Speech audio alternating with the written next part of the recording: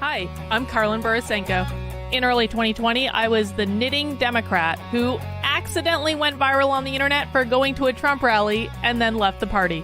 I became the conservative darling, was on all the shows, traveled around the country, and then realized that conservatives were no better than Democrats. If there's one thing that I've learned, it's that both political tribes are two sides of the same coin. But it wasn't all bad. On my journey, I became obsessed with understanding the woke ideology and the culture war. I broke the story of the city of Seattle doing segregated training with its employees. How bad has this stuff become? The city of Seattle has now put out, I'm not kidding you, this is according to Dr. Carolyn Borisenko, who's an organizational psychologist. The city of Seattle asked its white employees to voluntarily spend a day off in a training about their internalized racial superiority. I broke the story that led to the first ever federal lawsuit against critical race theory in the schools. I broke the Coke Be Less White story, one of the biggest anti-woke stories of all time. It got over 30 million views. Coca-Cola's corporate headquarters even had to change their outgoing voicemail. Throughout the past few days, you may have seen inaccurate reporting on the content of our recently launched diversity, equity, and inclusion training program. I exposed the schools in Burlington, Vermont for grooming middle school children live on the internet. They called me an unwoke cult leader for that. And the Vermont Human Rights Commission slandered me publicly as being a hate channel. I even got called a hero in Breitbart for exposing that the Washington Post was writing a hit piece on Christopher Rufo. I have broken story after story after story about what's going on in the public schools, from Cambridge, Massachusetts, to autistic sex education, to the Department of Education in Michigan, literally training teachers all over the state how to groom children. I wrote a book called Actively Unwoke, the ultimate guide for fighting back against the woke insanity in your life. I host a podcast all about fighting back, and I'm downloading all of my knowledge to you on my Substack, carlin.substack.com. The world is a crazy place. We are literally surrounded by cults on all sides. On this show, we're going to do a deep dive into all aspects of the culture war, and I will show you the dark, dystopian underbellies on both sides. Here are the commitments I'll make to you. I will always tell you the truth. I will always bring you receipts. And if you stick with me, I promise you will see the world differently. Welcome to the cult. Please mount that like button for me and subscribe if you feel so inclined.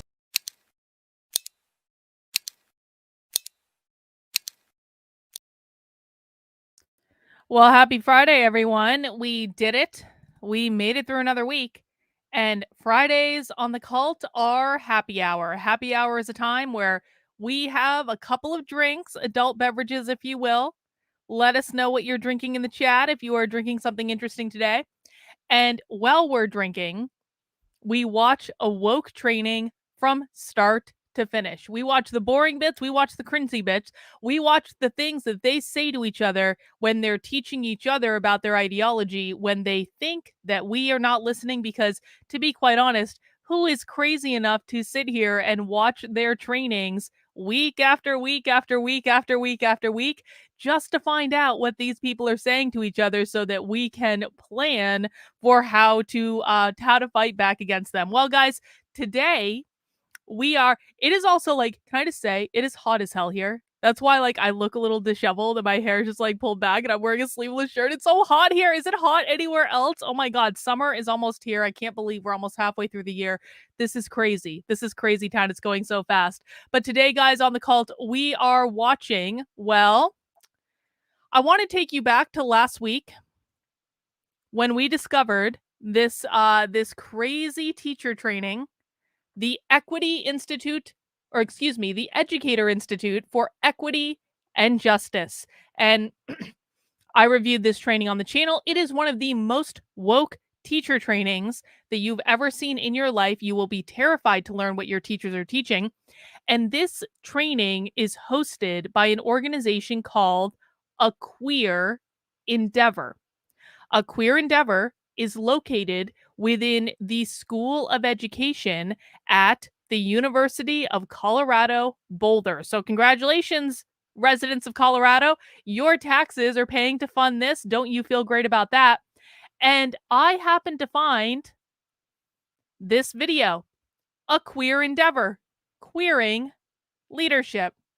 Now, you know what's funny about a queer endeavor is we had watched them on Happy Hour before. We had watched them on Happy Hour, I think almost a year ago. And we didn't bother to look into them any further than just watching one of their videos for Happy Hour. And then they popped up with this woke teacher training. It's like it always comes back round with Happy Hour. We will watch trainers on Happy Hour, and then all of a sudden they're popping up in the news, and all of a sudden they're popping up in the schools, and we're like, we knew about these people months ago. Where the hell were you guys? Because we watched them on Happy Hour. And so we have actually previously watched one of the videos in this series from a queer endeavor, but we have not watched this queering leadership one. Let's see what the description says. Want to learn about creating cultures that are affirming of gender and sexual diversity? These workshops bring attention to policy, climate, and social and cultural norms and practices. While our focus is on gender and sexual diversity in our commitments to extend the issues of equity more broadly, working towards liberation, that's a Marxist word, requires always looking through the intersectional lens and questioning how our practices reinforce harmful norms across lines of race, class, language, and other identifiers and their intersections. This section focuses on queering leadership in higher ed and workforce environments. Huh. One might question why leadership needs to be more queer, but I suppose we'll find out today. Guys, that is what we are watching on Happy Hour, so grab your drinks, kick up your feet, and get ready to start the show. We do have a couple of orders of housekeeping before we get started for today. Number one, please make sure you are subscribed to my Substack. That is Carlin, KARLYN.substack.com. I'm popping that in the chat over on YouTube. I'm also popping it in the chat over on Rumble today because I finally figured out that on Rumble, there is a pop-out chat. So now I'm going to be able to actually see the chat on Rumble while we're doing this live, which is going to be fun and interesting, and I'm really looking forward to that. But guys, I have a couple articles that I published on my Substack last night. Number one is proof that they're teaching anti-racist math in elementary school. I have the receipts, as I always do. You can check that out on the Substack. And then an interesting thing happened last night, and this was kind of like a random thing. So the horde of merry idiots that stalk me on Twitter, they like to sign my public email addresses up for things because they truly have nothing better to do in their lives than to sign my email address up to like all sorts of mailing lists to continue to harass me, because this is how sad and pathetic the horde of merry idiots on Twitter is. And one time they signed me up for Black Lives Matter emails, and I was kind of like, this could actually be helpful. And so I didn't unsubscribe from it. I just kept like getting the Black Lives Matter emails. And so last night I got one of the Black Lives Matter's fundraising emails. And it was interesting because it was like the typical, like, kind of crazy, like, everything is white supremacist and blah, blah, blah. Give us money and we will fight the evil white supremacy. But then in the Black Lives Matter fundraising email, it said, there are over 550 anti-critical race theory efforts at local, state, and federal levels nationwide. Now, more than ever, it's so important to understand that we could lose our history and culture due to white supremacy. And I was kind of like, is Black Lives Matter admitting that they want critical race theory taught in schools?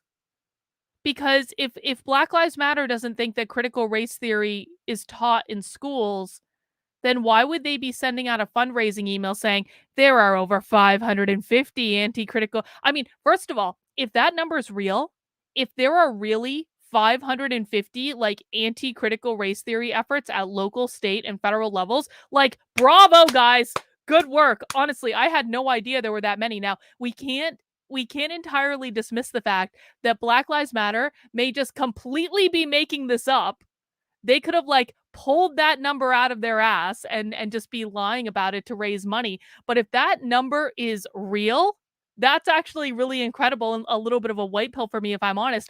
But more than that, Black Lives Matter is literally admitting they want critical race theory taught in K through 12 schools. Do you guys remember like a year and a half ago when everyone was like, I don't know why you're so upset with critical race theory. Critical race theory isn't even taught in K through 12 schools. And now Black Lives Matter is sending out a fundraising email going, there are over 550 anti-critical race theory efforts at local, state, and federal levels. What can we possibly do to stop this? Why do you care if it's not being taught in schools?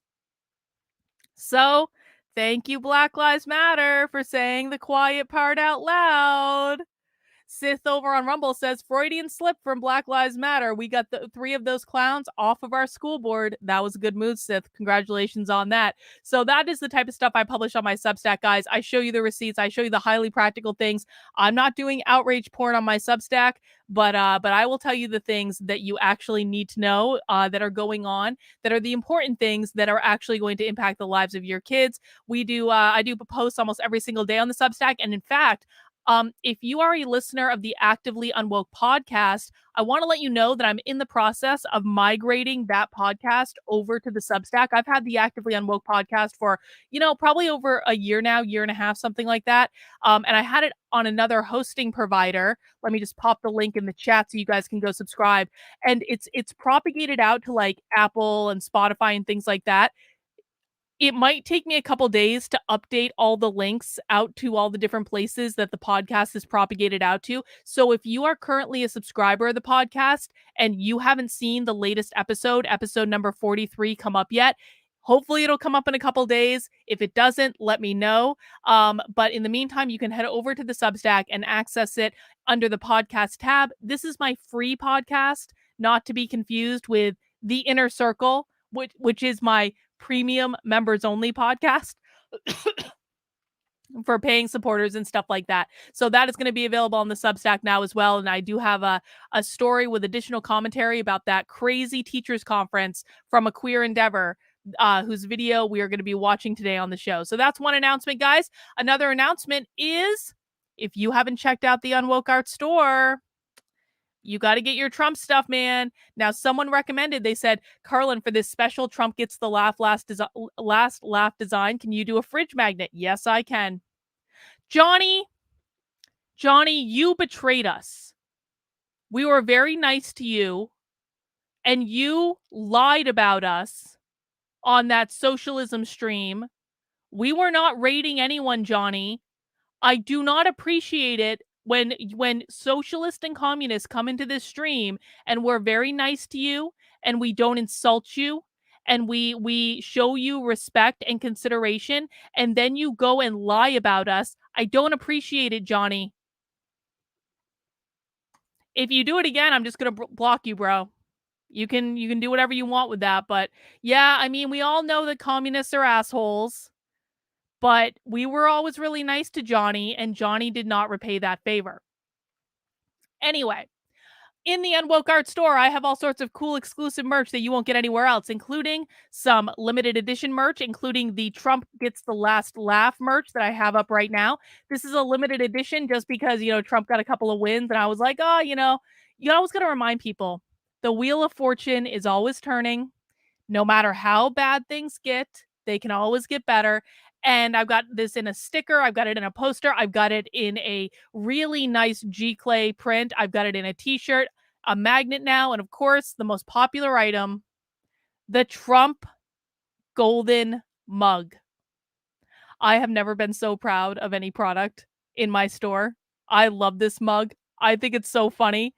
This is a metallic gold mug. You can see Trump is even partially printed in gold. This is available for a limited time only in the Unwoke Art store. So head over there and pick up your goodies now. You can also get all sorts of stickers and t-shirts and hoodies and all sorts of other mugs too. I've got some really cool mugs in the store to include the Be Bourgeois mug, all sorts of great stuff over there. And of course, all your purchases help to support the work I'm doing, and I really do appreciate it. Last order of business before we get to the beer is, of course, Socialism Saturday is tomorrow at 6 p.m. And tomorrow's Socialism Saturday is going to be an epic affair. Because what we're going to do, guys, I want everyone to come prepared. I want everyone to have a pen and paper to take some notes because we are going to take a 3-part class about how to be the very best comrade that we can be. They actually do have courses in this. They have a whole website dedicated to teaching new socialists and communists how to engage in comradeship and be the very best comrade that we can be. I think this is really important information. Perhaps Johnny should take the class, because then Johnny would learn not to be such a lying bastard about what we're doing. Did I ever say it was a raid, Johnny? I flat out told people not to be disruptive on several occasions. I flat out instructed people not to be disruptive. You assholes might be authoritarian, but I am not an authoritarian. And Johnny, this is your one and only warning. If you've come over here to disrupt my chat, I'm just going to block you because I'm not going to have it. We were very nice to you. We were civil to you. We were cordial to you. We let you say what you wanted to say, and then you went and lied about us. I do not appreciate it, and you will not be disruptive here, bro. Not going to happen. So, guys, if you want to learn how to be a very good comrade like Johnny has not learned yet, join me for Socialism Saturday at 6 p.m. tomorrow, and that's going to be great. All right, guys, the last order of business, of course, is that I need to get a beer. And per our tradition on Happy Hour, you get to vote for what beer I drink first. Let me get my little cooler of beers down here. Hang on. Now, I do go to the beer store every Friday, and I buy 4 craft beers. And it's only 4 because the ring comes in 4. I'm not going to drink all 4 on the stream. No, Murphy's Pool, I'm not drinking Peroni. And let me tell you about the craft beers I have today. All right. Number 1, Cherry Bomb. I'm a very big fan of cherry. I love cherries. This is a sour ale with, it's just called Cherry Bomb. And it's got the lyrics to Cherry Bomb by what was the band that did Cherry Bomb? Joan Jett. What was Runaways? The Runaways. That's a great song. Hello, Daddy. Hello, Mom. Cherry Bomb Sour Ale is the beer you've been waiting for. A tart wheat ale fermented with sweet cherries for an explosion of flavor. Try it. You've got nothing to lose. That's Cherry Bomb. That's option number 1 for beer for today.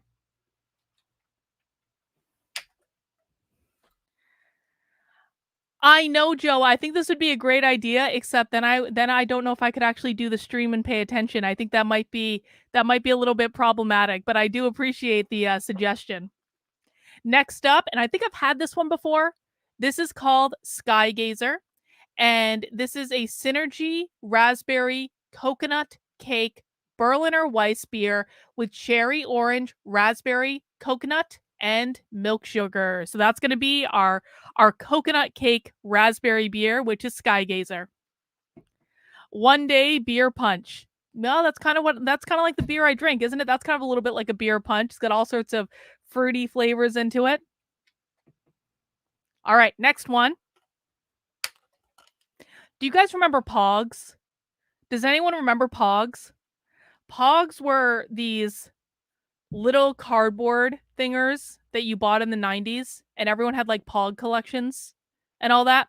Anyway, this is called Pog Gelato, and I don't think it has anything to do with those Pogs in the 90s, but I bought it because it has to do with it being passion fruit, orange, and guava. But man, it looks so inviting and fruity. Talk about a fruit punch. This is from Weldworks Brewing Company, and I think that's in Colorado. And again, this is a sour ale with passion fruit, orange, guava, milk sugar, and vanilla beans.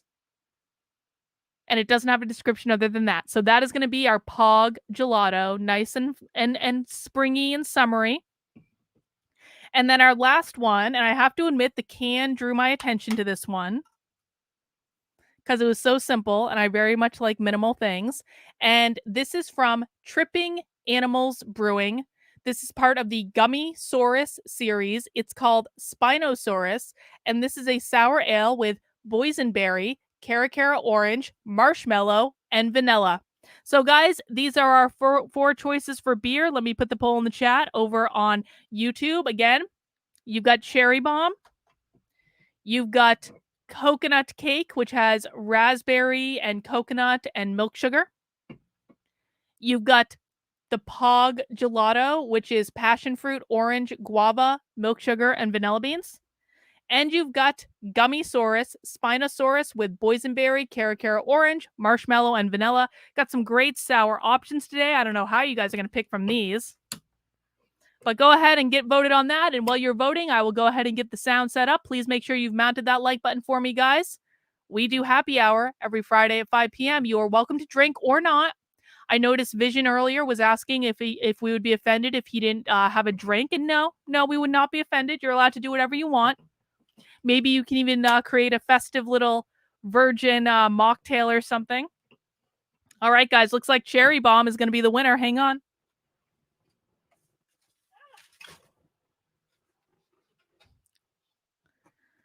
I'm a little surprised that Cherry Bomb was the winner. Maybe it's just because there was a song. All right, Cherry Bomb it is. Let me get a nice pour for you guys. Now I'm going to have that Runaway song stuck in my head like all effing day. Let's see if this is red. Oh, it's a very nice pink. Look at that. Very nice color. This would have been a great Socialism Saturday beer. Cheers, everyone. Happy Friday. We made it through another week. We did it. Now we're going to get our masochist on and watch Unwoke training and learn all about how they're trying to queer leadership. All right. It does look like cherry cola. It does. Let me see if I can get a little taste.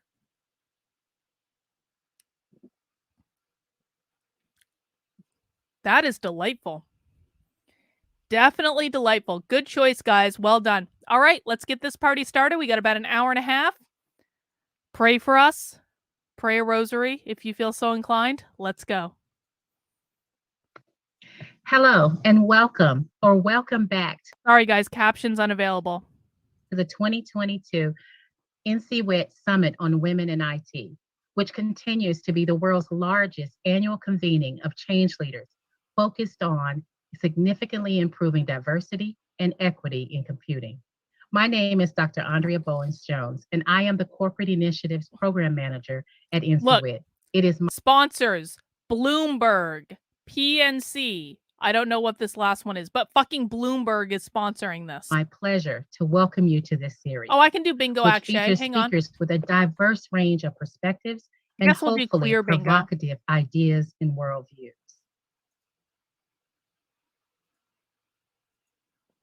We would like to thank you for being here today. There's a bingo card. And without our sponsors, Bingo we'd card like to over thank on, them as well Rumble. for making this event possible. And I'd like to thank you, the viewing audience, in advance for your patience should we experience any bandwidth or other technical issues. I encourage you throughout today's session to post your questions and or comments on the Q&A board and upvote questions you would like to have answered. Please also feel free to use the Q&A if you have any technical issues.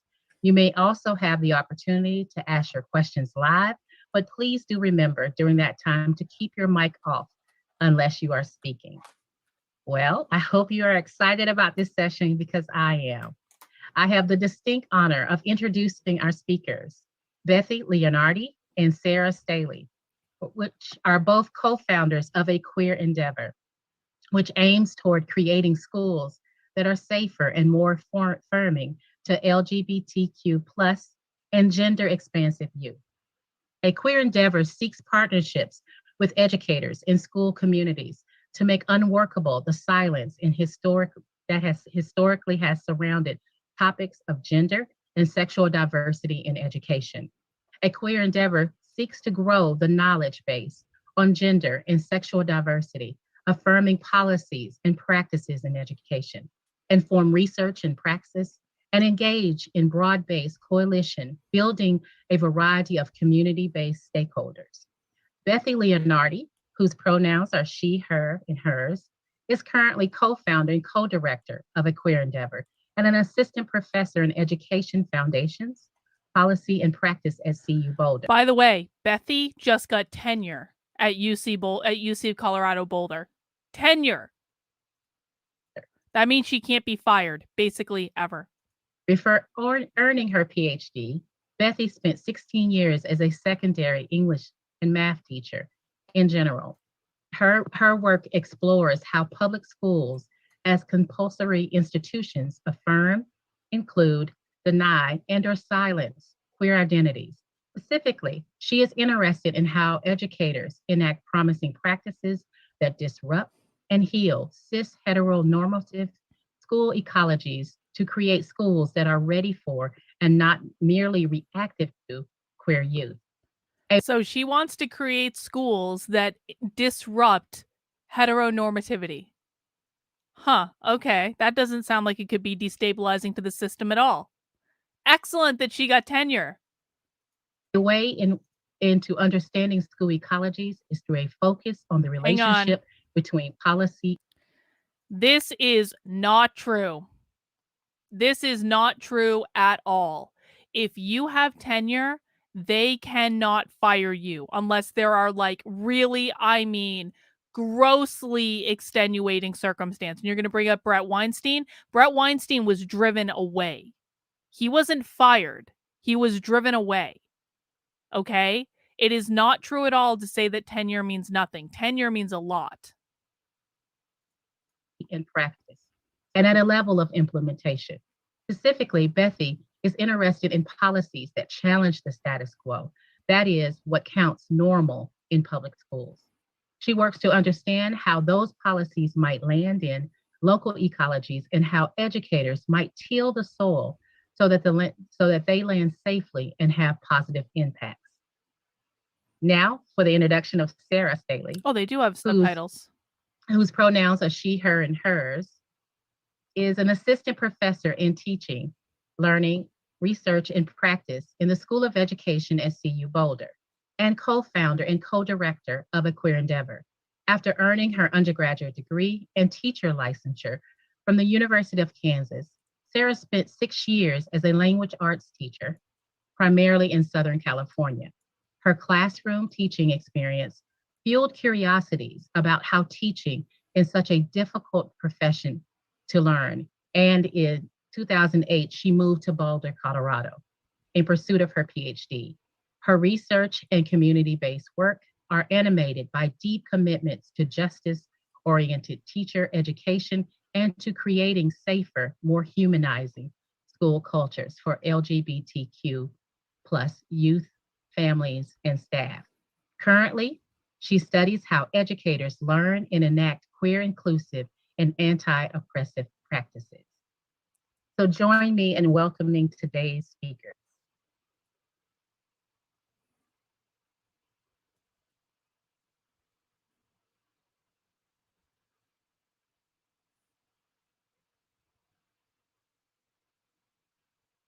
Come on, guys, get it together. Oh, there they are. Oh, right. Sorry that those introductions just went on and on like we're important or something. Thank you for being here. And we are going to— We think you're very important, Bethy. Do something a little bit different in the session, in that you all are going to be identified as presenters so that you can, or panelists, I'm sorry, so that you can turn your cameras on and hang out with us. And we will also be able to talk with you. You can raise your hands and of course use the chat. But just so you know, right now, the folks in charge are— I think that's relatively clear, identifying Kino. you as panelists. All right. Yes, Bethy is the one I'll speaking. share my screen On the right. and then we'll get rolling. Both these women are a problem, but Bethy is more of a problem so far as I'm All right. concerned. So again, my name is Sarah Staley. My pronouns are she, her, and hers. And I'm Bethy Leonardi, and my pronouns are she, her, and hers. And yeah, we are, in a nutshell, teacher educators and researchers in the School of Education at the University of Colorado Boulder.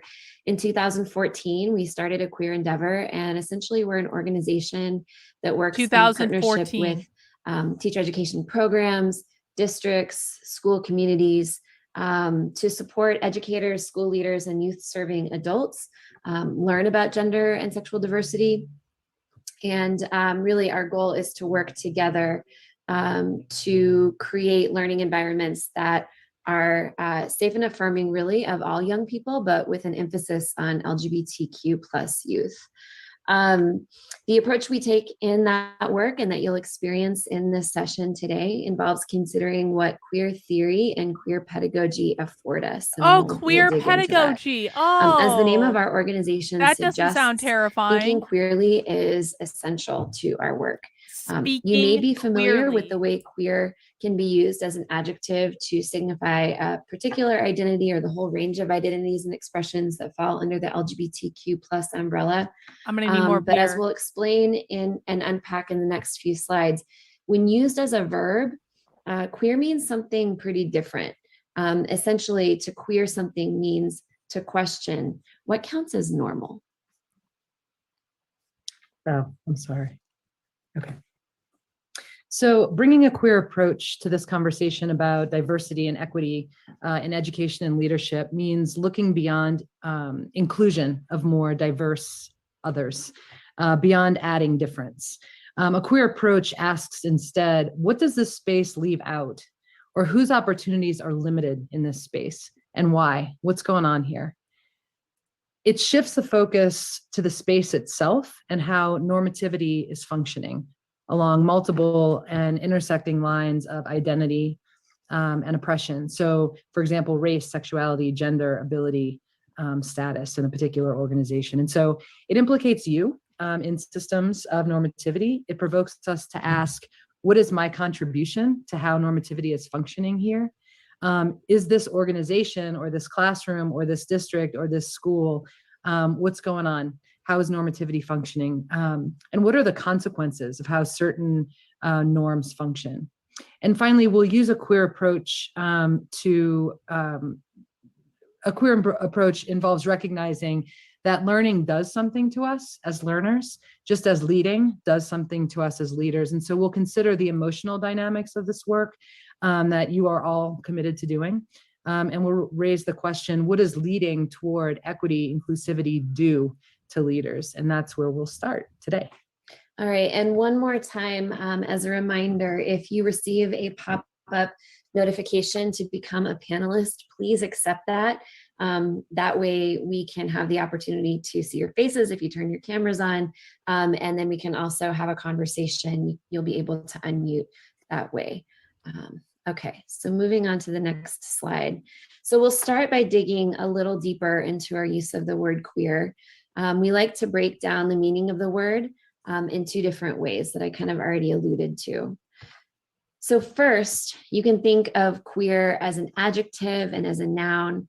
When you're using queer in this way, you're usually referring to or describing people. And that's a really important point because oftentimes, you know, in our work, in schools and education spaces, especially right now, a lot of times when we talk about, you know, queer people or LGBTQ. You know what's interesting to me about this? You know how we've talked about how the goal of queer Marxism is to eliminate the gender binary entirely. It's not to create more trans people. It's not to eliminate women. It's not to eliminate men. It's to eliminate the gender binary entirely and create a world full of theys.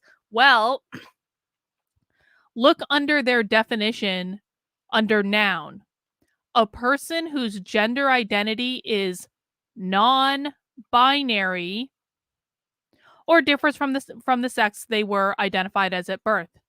They don't even have trans on this slide. Isn't that curious? The word trans isn't even on this slide. Why does non-binary take priority over trans? Except that we know that the goal of queer Marxism is to make everyone non-binary. Trans does not mean transition. It does not mean go from one to the other because they want to abolish the gender binary. They want to liberate us from the gender binary. They don't want the gender binary to exist. They don't want men to exist. They don't want women to exist. And that's why, under their definition of queer, they say a person whose gender identity is non-binary, not a trans person, a non-binary person. They're telling us what priority they're putting these things in. I am blown away that there is not the word trans on this slide. That is a dead giveaway. Sometimes you have to look for what they're not saying to understand what they really mean and what they really care about. topics or gender and sexual diversity, it gets framed as like a controversial issue. And we like to say, no, this is kids and families are not controversial. These conversations are about people. And so when you're using queer in this way, you are signifying a particular person's identity or the whole range of identities and expressions that fall under the LGBTQ plus umbrella. So lesbian, gay, bisexual, transgender, queer, questioning identities. Sometimes queer is used as shorthand to capture the ever-growing and expanding acronym. Something that we like to say is that, it's important to let folks name and identify themselves. So certainly not everyone in the LGBTQ plus community calls themselves queer, but we both do. And so, in the title of our initiative, A Queer Endeavor, calling ourselves a queer endeavor is one way to kind of honor how we identify. Hang on, I got a couple super chats here. Thank you guys for those. Toxic Male Gamer says also children don't exist. Well, it doesn't surprise me yet that they haven't gotten to children, simply because that's not the topic of the conversation. But no, they think children exist. They think that children are little adults, exactly like Scientology does. I appreciate the super chat. And then Jen says, save that clip and share it with Buck Angel. I mean, I don't know. Carrie Smith kind of turned Buck Angel against me by lying to him about me and all that stuff. So I don't actually approach him. But you guys are welcome to. You guys are welcome to share it with him. I'll definitely make a clip of that. That's not a problem. Let's see. And then the Silence Lesbian, always good to have you here. I am a lesbian, not fucking queer.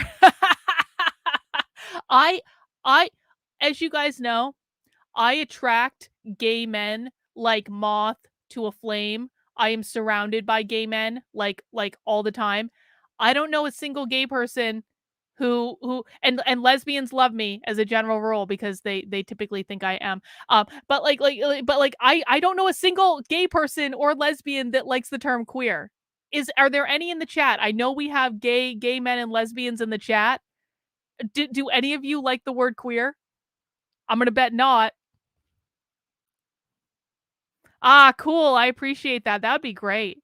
I love Buck Angel, by the way. I love how just the added. I love Buck's attitude. It's always so positive. I think Buck Angel's great. Bot, you are such a liar. Stop messing up my chat, all right? Jesus. In queer as a verb, it's a little bit different. As we mentioned in our opening slide, this comes from queer theory. Yep. When used as a verb, queer means to question, as Bethy explained, what counts as normal or what counts as common sense in a particular context or space. Thinking about the schools and communities in which y'all teach and work and lead, what counts as normal there? And how do those versions of normal come to be? How do we learn who counts as normal and who counts as different? And how do those stories about who and what count as normal, who and what count as different, how do they operate? So who do those norms work really well for and privilege, and who do they marginalize, silence, and exclude? And so in the context of our work in A Queer Endeavor, we question what counts as normal and even appropriate to talk about in school spaces. We try to push on assumptions that surround what families and relationships look like, what's possible in terms of how young people identify and who they might become in the world. In terms of pedagogical or teaching practice, bringing a queer approach means that we're not just talking about LGBTQ plus people, we're also trying to question and disrupt what counts as normal with respect to gender and sexuality, certainly, but also race, language, ability, body type. And why do we need to disrupt what counts as normal? Why do you guys think they're focused on that? Why do you think that they want to disrupt what counts as normal for gender, which is their priority? Gender is always the priority, but then they throw other things in there, race, sexual orientation, stuff like that. Because you can't destabilize the system. Exactly, NanoPie. It's all about destabilizing the system. Now, there's nothing wrong with being outside of the norm. Okay, the norm just indicates your average bell curve, and if you are in the first 2/3 of the bell curve, you're considered to be within the norm. If you're outside of that, you are not within the norm. You're abnormal. There's nothing wrong with being abnormal. It just means you differ from what most people differ from. But what they're trying to do, it's not about It's not about gaining acceptance. It's not about people living with dignity and being treated with respect and courtesy, regardless of how they show up, who they love, how they present in the world, things like that. It is entirely about destabilizing what the system is to create problems so that they can blame those problems on capitalism and then say, here you go, we need to do Marxism. That's all it's about.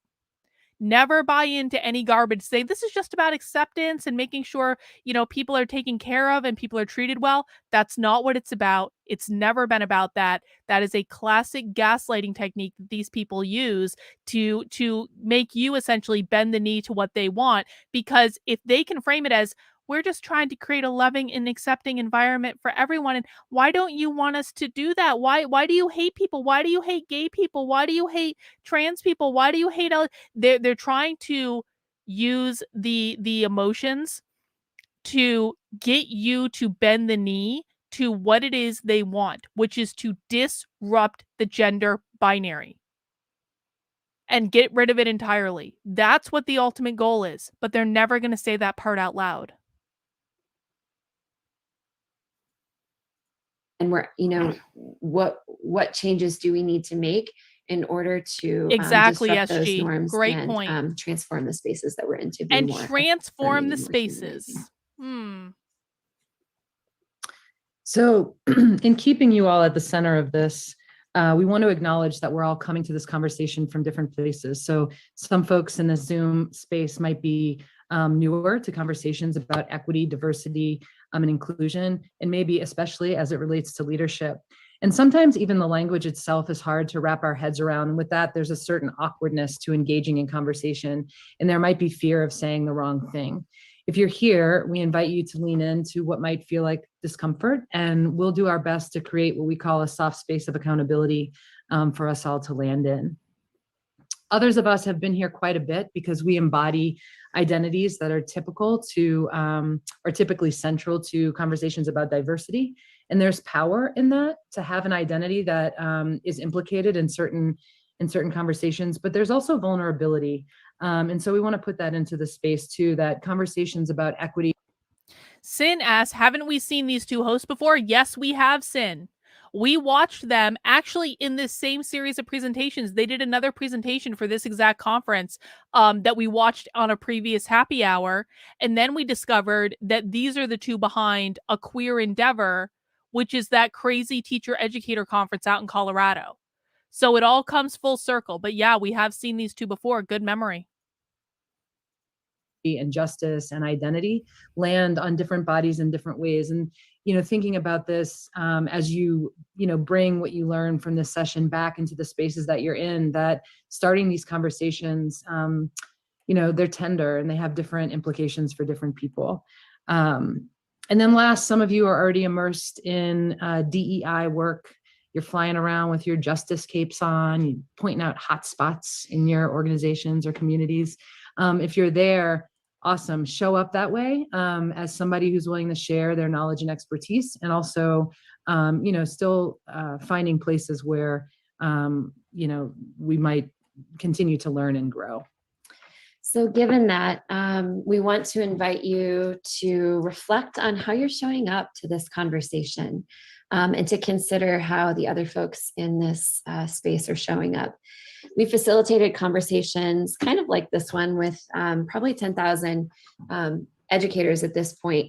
And we've noticed that sometimes people want to jump straight to action and to the logistics of how commitments to diversity, equity, and justice will live. And that's important, obviously. Taking action matters. But we really firmly believe that doing this kind of internal work that in a minute, I'm going to read this quote from Gloria Anzaldúa that she's kind of alluding to or describing is absolutely crucial.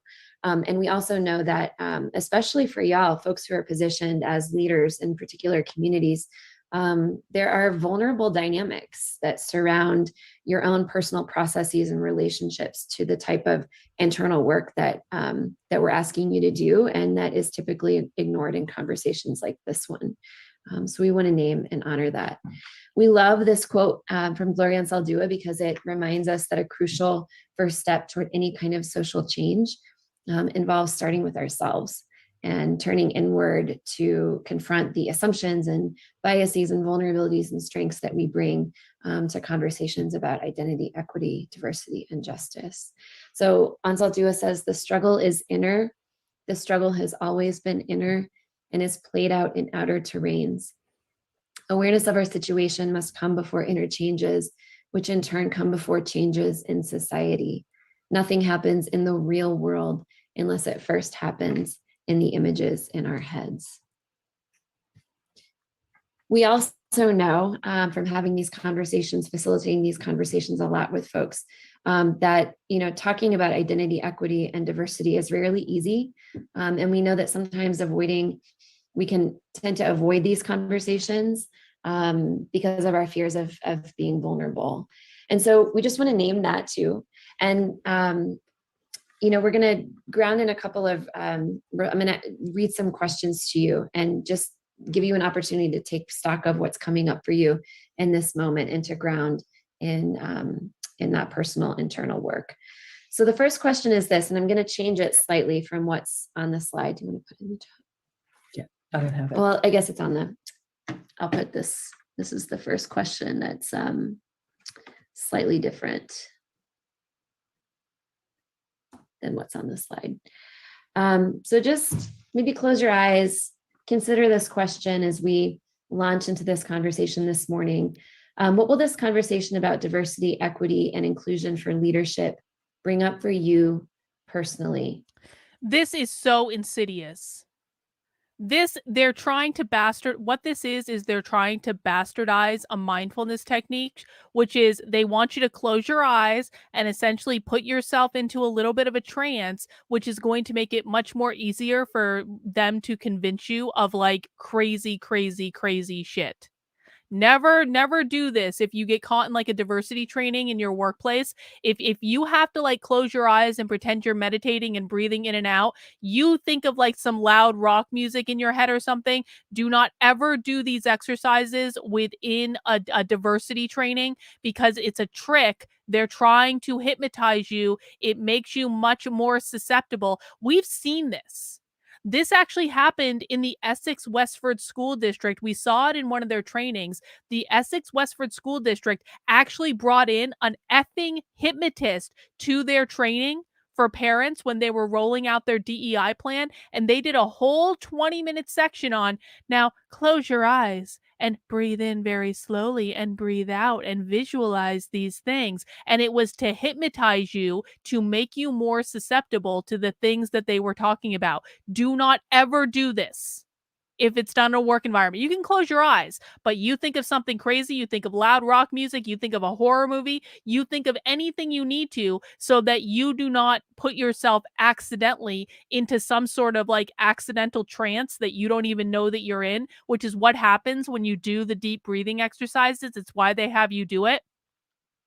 It's really insidious. Maybe take a moment just to check in with what's going on in your body in this moment right now. What's this conversation bringing up for you personally? That's none of your fucking business.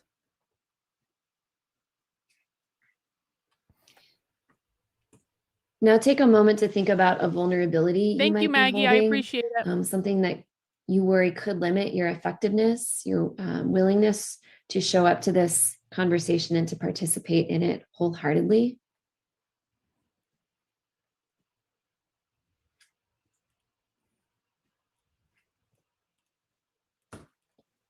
Now think about a strength you're bringing this morning, something that will help you to engage openly and honestly.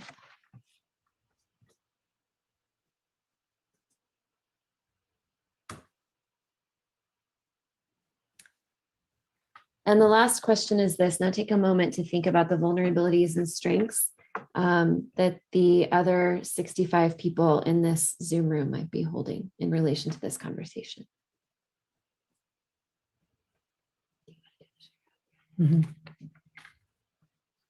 Okay, so I'm gonna just stop sharing my screen for a minute and see if we can see you all. And if you feel like turning your cameras on, don't worry about your bangs. Listen, I spent just a few minutes this morning.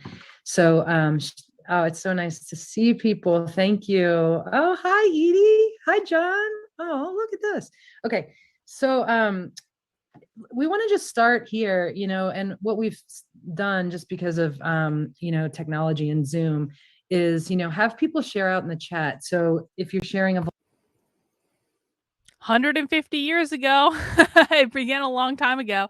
I mean, it started in earnest in the United States when the Frankfurt School came and set up shop at Columbia University. Columbia University is the home of Teachers College, which graduates some of the most woke teachers that you will find anywhere. If you have a teacher in your school that has a degree from Teachers College at Columbia, you keep a sharp eye on that person, because that person is probably a trained Marxist for real.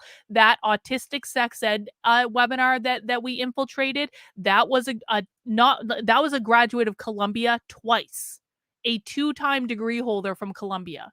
So no, this started a long time ago. They've been working on this for a really long time. It's been a battle of inches. We're talking, I mean, decades and decades and decades at a minimum.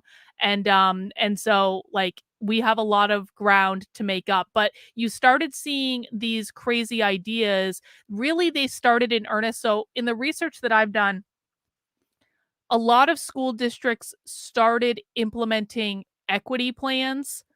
And we're talking about the most woke extreme schools right now. They started implementing equity plans around about 2010, 2011. That's not to say they weren't doing it before that. They probably were doing it before that, but it was like more informal, like a crazy thing would show up here and there. But they really started formalizing it around 2010, 2011.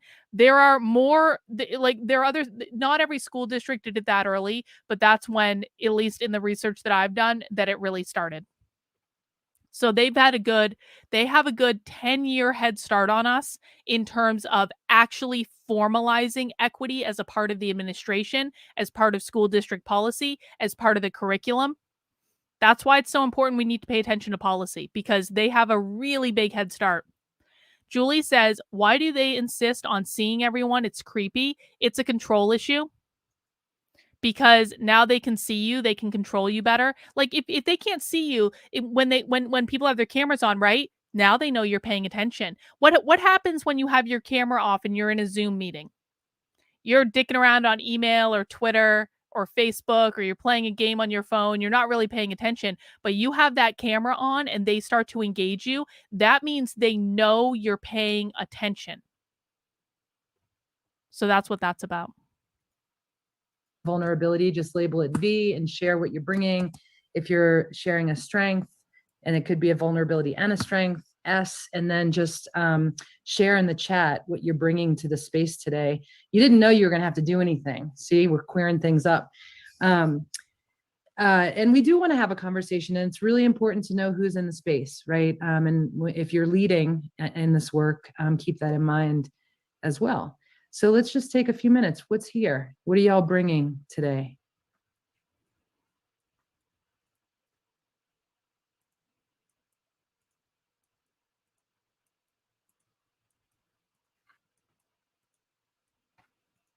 This is actually when you do something. Oh, good. Oh, thanks. No one's talking.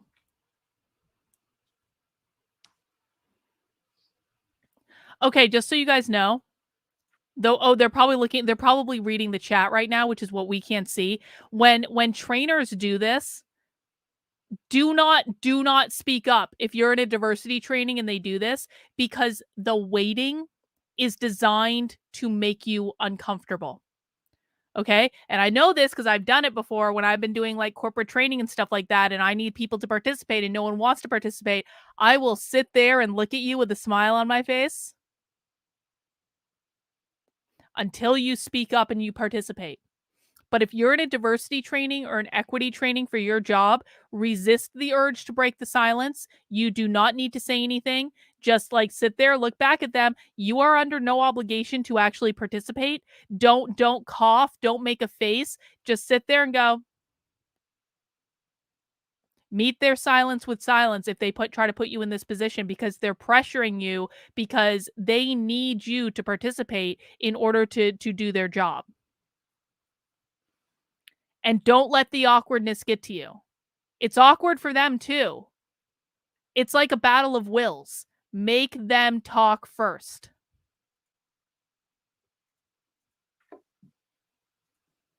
Mhm.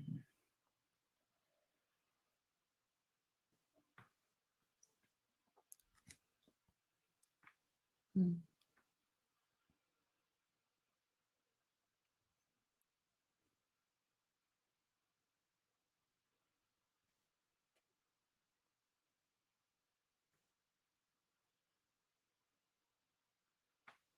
This is like the awkwardest training I've ever seen. Nice. What's going on, Bethy? Mm.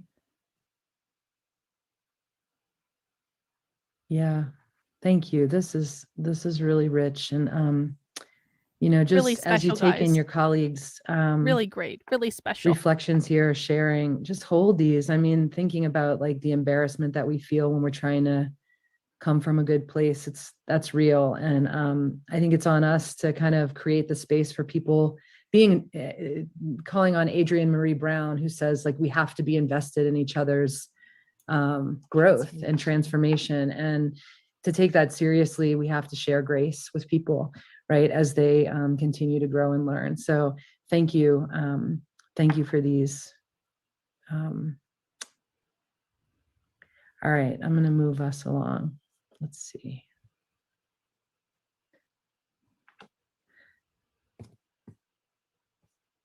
All right. So we want to name that, you know, there are like usual or sort of normal ways of even having conversations about inclusivity and equity in education and in organizations. They often involve imperatives like we must diversify without consideration of really what that means, why we seek it, or resources of time and emotional energy that are actually necessary to think beyond knee-jerk reactions. Usual approaches don't often ask, what is it that we hope to diversify? And what is it that we hope that diversity will do for us and to us, right? And with us? How might the story of our organization, district, school change when new voices are foregrounded? And what might that bring up for me personally? What work am I willing to do and not do? So typical approaches often involve locating the problem, sometimes in the most privileged folks in the room, followed by a series of declarations about ownerships of privilege, and then perhaps temporary compliance. They involve repeating stories of institutional inequity, sitting in the space of what we're not doing or getting right, and in the obstinance of power. That's not the approach that we'll take today. Instead, as we mentioned in the introduction, we'll center and really take up this question of what counts as normal. We know that historically, many institutions, including those in education and beyond, have been biased toward particular. Oh, what do I think of Brandon? There was a time when Brandon had genuine motivations to get people to leave the left, and that time ended on January 6th. And now I think that Brandon is nothing more than a grifter that is desperately trying to grift off of the conservative MAGA train for as long as he can. Brandon does not care about getting people to leave the left. He does not care about getting Democrats to leave the party. He cares about Brandon Strauch and only Brandon Strauch. And I think it's a sad thing. Walkaway had a lot of potential. And Walkaway showed me how dirty a lot of these organizations are. And it's a shame that the people running them don't take it more seriously, because Walkaway really could have been something that could have gotten Democrats to leave the party. Sadly, Brandon doesn't care about getting Democrats to leave the party. He only cares now about making money and being famous in the MAGA movement for I don't even, God knows what. I don't even know what's going on at this point. So that's what I think. And I think it's too bad. And I think it didn't have to be this way. But people who want to be famous, Above all, what can you really do, I suppose? Bot says, just interrupting to ask you to stare at us awkwardly. No, bot. Thank you for the super chat, though. It's all good, Matt. All good. All right, guys, please mount that like button if you have not already. We are listening to a queer endeavor discuss how to queer leadership in education. I don't think we've learned a lot so far, but we've only just begun. Um, kinds of workers, learners, employees, particular ideas about what's normal.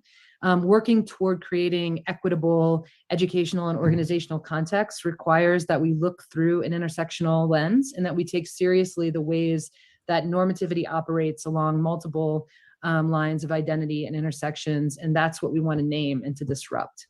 So that means that we'll dig into your broader contexts. We have learned that, Myriad. This is a You're session right. that we hope to support you to sort of really reflect and engage the context that you all live and work in, the policies that you have, social and cultural norms that you embrace, common language and discourse.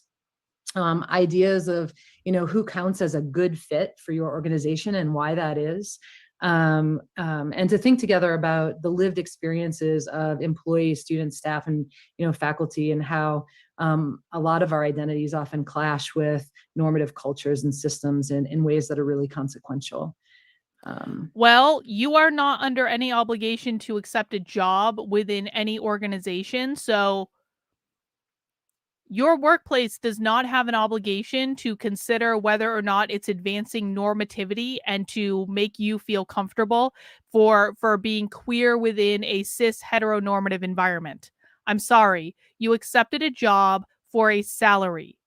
And your workplace should treat you well, man. Your workplace has, I believe, an obligation to treat you well, to provide a positive work environment, to provide a work environment that's going to help you do your best job, to help you show up in the way that is required in order to be able to meet whatever goals they've given you. I do think your organization has obligations to you, but embracing your true queer self is not one of those obligations that your organization has. In fact, in times past, when people talked about their sexuality in an organization, that would have been considered sexual harassment and not allowed.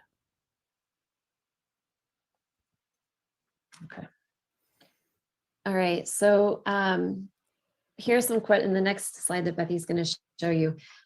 Here's some questions to kind of help you start digging in and taking stock of and recognizing and listening to what's what in the contexts and communities in which each of you works and leads. So using this overarching question, which if you can't tell by now, it's our favorite essential question, what counts as normal? We're going to ask you to take about 5 minutes on your own initially to think through these questions. So feel free to turn your cameras off.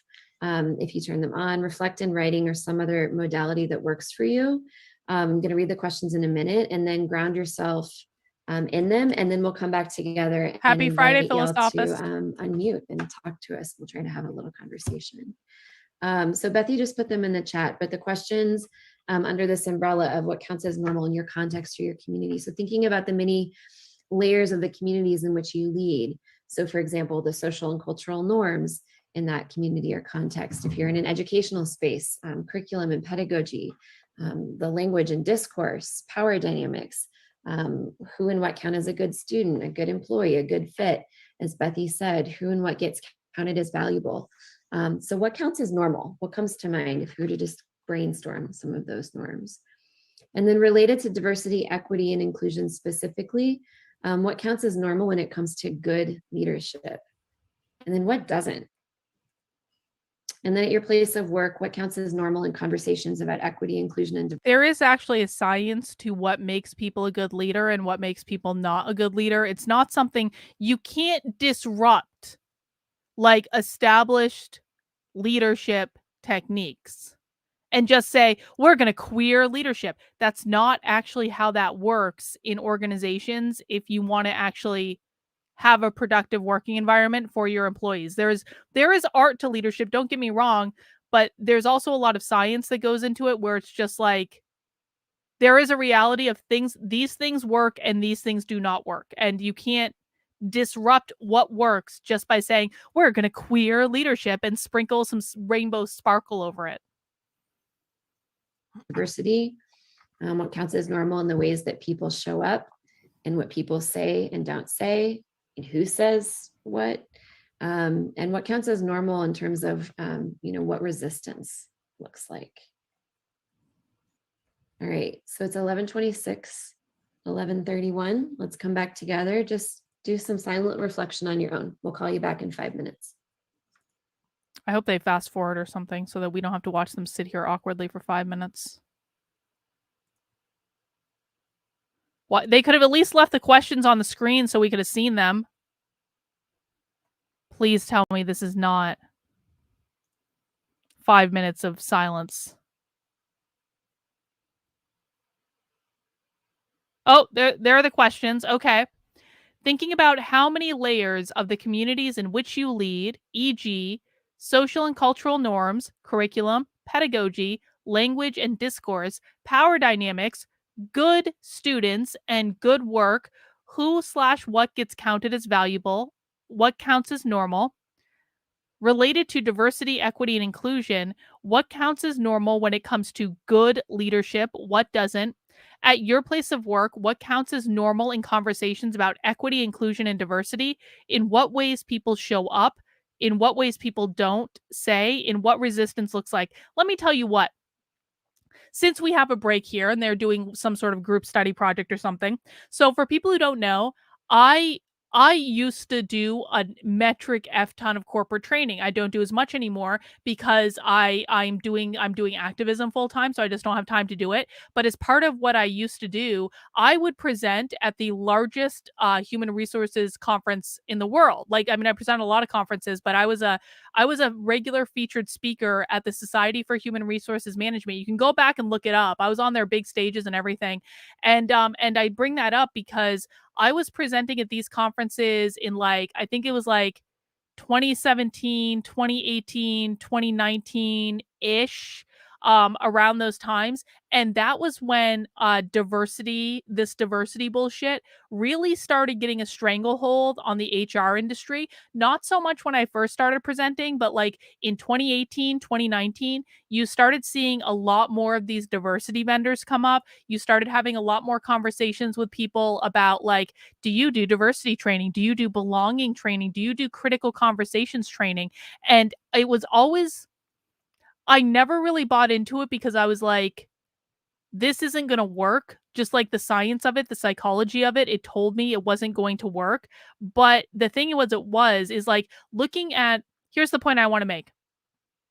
Looking at how they're doing this training, I am so effing burned on all of the training contracts that I lost out on because they chose diversity trainers like this. None of this means anything. This is not good training. This is not how you do positive training in the workplace that actually leads to something. None of this means anything. Do you know how much they get paid to do training like this in the workplace? Probably at least 5 figures a day. The amount of money that I lost out on for my good training, and there are people in the chat who have done some of my workplace training. They can speak up to it. My training is fucking awesome. It's not this bullshit.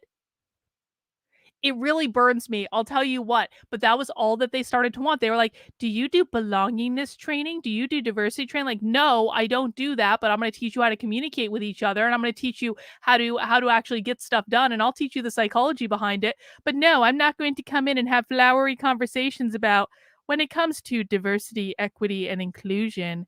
What do you feel comfortable doing? It's this doesn't actually lead to anything that makes a tangible impact in the real world. Sin confirms my trainings are great. I mean, don't feel too sorry for me because I made a metric ton of money doing corporate training. I did just fine. Believe me, I was doing just fine. But it always burned me when I would lose a contract or something like that to people who were they were like, we just want a diversity trainer. And I was like, oh, I know what bullshit you're about to pay a lot of money for. And I'm sure it's gotten worse now. God, there are some times when I miss the HR world. And that's why I'm actually doing workplace trainings now, like on the side to help people, to give them like non-psychotic workplace training. But there's a lot of times that I do not miss the HR training world. I'll tell you that right now, because they all lost their goddamn minds. Anyway, that's my ramble. Let's fast forward to get to them talking again.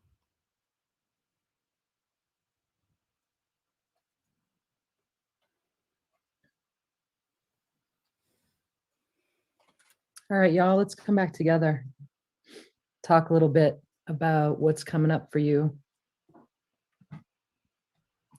in your reflections. The big Society for Human Resources Management conference is coming up, by the way. I'm pretty sure they're either I think they're in Las Vegas this year. And Bill Clinton is the keynote speaker. That's what I'm missing out on by not being in the HR space anymore. I'm not going to get to see Bill. Oh, well. I do love Vegas, though. I will say that. You can share in the chat. You can raise your hand. You can just shout out. We're here for all of it. What's coming up as you think about the places that you live and work?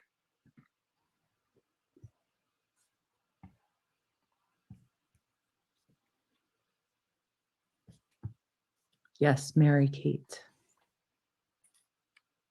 Hi, my name's Mary Kate, and I work as a women's program coordinator for STEM programs at the University of Central Florida.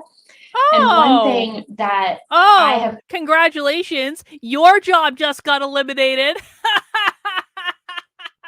Ron DeSantis just eliminated this woman's job.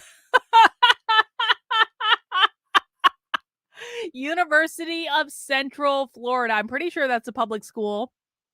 And Ron DeSantis just signed a bill like getting rid of all diversity structures within the Florida public system. Too bad. So sad, Mary Kate. We hope you land on your feet, Mary Kate. We really do. Found in the year and a half that I've been in this role that drives me utterly insane is what is normal for our university is everyone, all the students are either male or female in our system. So if I'm going to pull rosters to see how many, I can't see how many women identifying students there are in a computer science major because it's just lists female.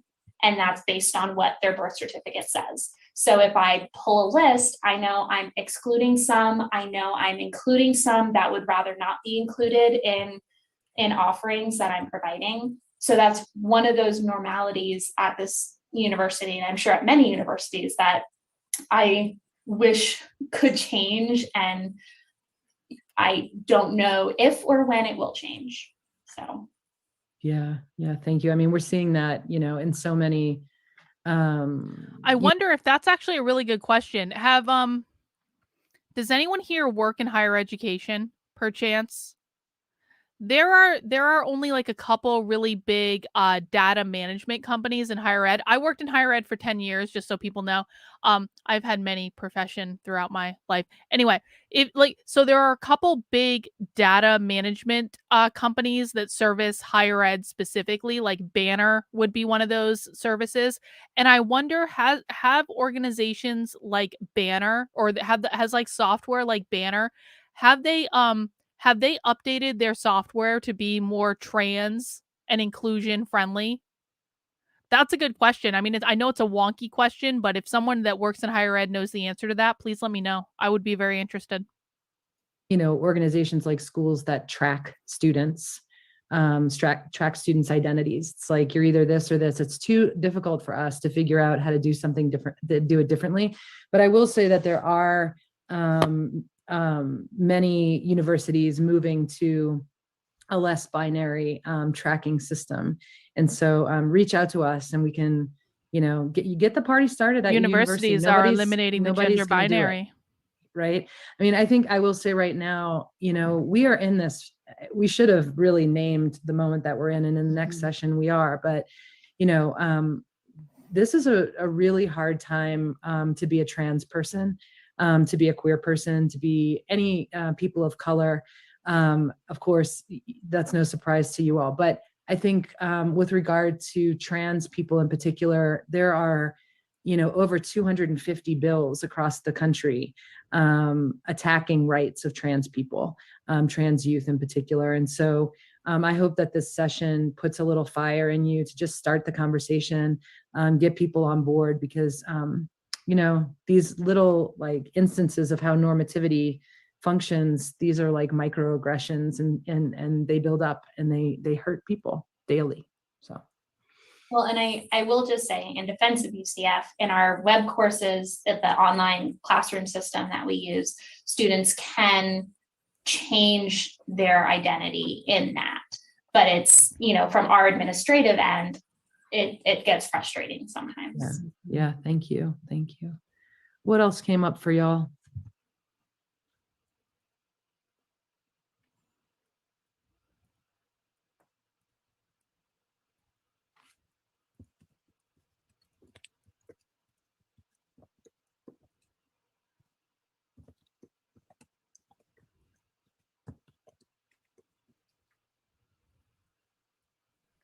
Oh, yes. People do still say microaggressions. Microaggressions are starting to make a comeback, actually. They're quiet about microaggressions for a couple years. I'm starting to hear about them more and more and more and more and more. Yes, Jen, thank you. Sure.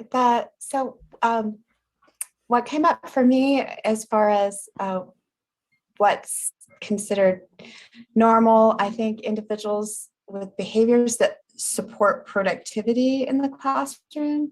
So, students. Yes, I would think that supporting productivity would be something that we would want. Why is she upholding productivity as a feature of heteronormativity? Does anyone have any guesses? Why do they believe that productivity is bad? I don't think she is an AI, Laquitius, but that's a great question. Productivity is an oppressive system of capitalism. VT Num in with the gold star today. Capitalism. Productivity is considered to be an aspect of a white supremacy. And as we know, whiteness means capitalism. So we can't have productive working or school environments because we're queering our school and workplaces. And so because productivity upholds capitalism and capitalism means whiteness, we have to eliminate all productivity. What could possibly go wrong? Students who follow directions and can sit still for prolonged periods of time, for example, which can be very oriented toward neurotypical behaviors, but it's also there can, be some real. Now productivity is also considered to be ableist because people with autism just can't be very productive. That seems a little bit anti-autistic or anti-autist, if you ask me, to assume that people who are neurodivergent can't engage in productivity. Why can't autists be productive too? Makes no sense. Some gender expectations and CB, I love it when people ask me this question. Guys in the chat, pop quiz. CB wants to know, what are the 4 goals of the woke left? Everyone needs to memorize this. I will repeat this as many times as I need to. I've already repeated it at least 812 times today alone. What are the 4 goals of the woke left in every single thing that they do, in every strategy, in every tactic, in every training, in every protest? What are the 4 things they do? Gain as much power as possible, destabilize the system, attack capitalism, usher in a Marxist utopia. Everything the woke left does is to achieve one and or more, sometimes as many of all of these goals. We also have Sith over on Rumble. Sith says gain power, destabilize, blame capitalism, implement Marxism. Yes. Once you look at the world through this lens and you understand that this is what they're doing with everything they do, you will never see the world in the same way again. Well done, everyone. Attached to that, stereotypes. So, cis girls that don't fit the mold of the obedient girl, may have their needs unmet. And then, of course, that's skewed highly against boys who are neurotypical. But then when we talk about non-binary folks and anybody who's in that fluid space between those polarities and expectations can get lost. Their needs can get lost. So I guess that's It's a big puzzle, CB. in my Don't mind, worry, it'll come the together. harm that these rigid definitions can have in just part of the harm. Yeah, yeah. Yeah, it's reminding me of, so when we work with teachers and we get deep into, they're taking stock of what counts as normal in their schools and classrooms, and then in the context of their curriculum, we like to emphasize that these norms that surround like cis normativity and heteronormativity, some norms that surround gender and sexuality, gender in particular, those norms affect all of us. They create very rigid expectations and boxes that, we're all supposed to fit in, and they don't fit. And, we have worked with many teachers who have opened up these conversations with really young learners, like second, third, fourth graders, because kids know these norms, they've learned them, and they like to talk about them, and what counts as fair and not fair in terms of these gendered expectations and what we expect of kids, especially in school spaces. And so I guess finding ways to open up these conversations with youth, with adolescents, and even with adults, I think is a really productive move. Yeah, I'm curious about those of you who aren't in education context, but in organizations, how does normativity function with respect to gender and masculinity and femininity? I mean, I know that sometimes in our places of work, if somebody, it's like, can somebody take notes? And it's always the women taking notes. It's always the, or it's like, we need somebody to do something on the weekend. Well, the men are apparently weekends are very busy for men. So, I'm curious, do you all have any, exactly in your organizations, what kind of norms are you Ding, ding, noticing? ding. And it's not, I don't think that these are easy questions, because they're asking you to like think about the status quo and common sense and to like turn it on its head, which is hard to do. But I know you're smart and I know you want to talk to us. So organizationally, anything come up like with adults around these questions?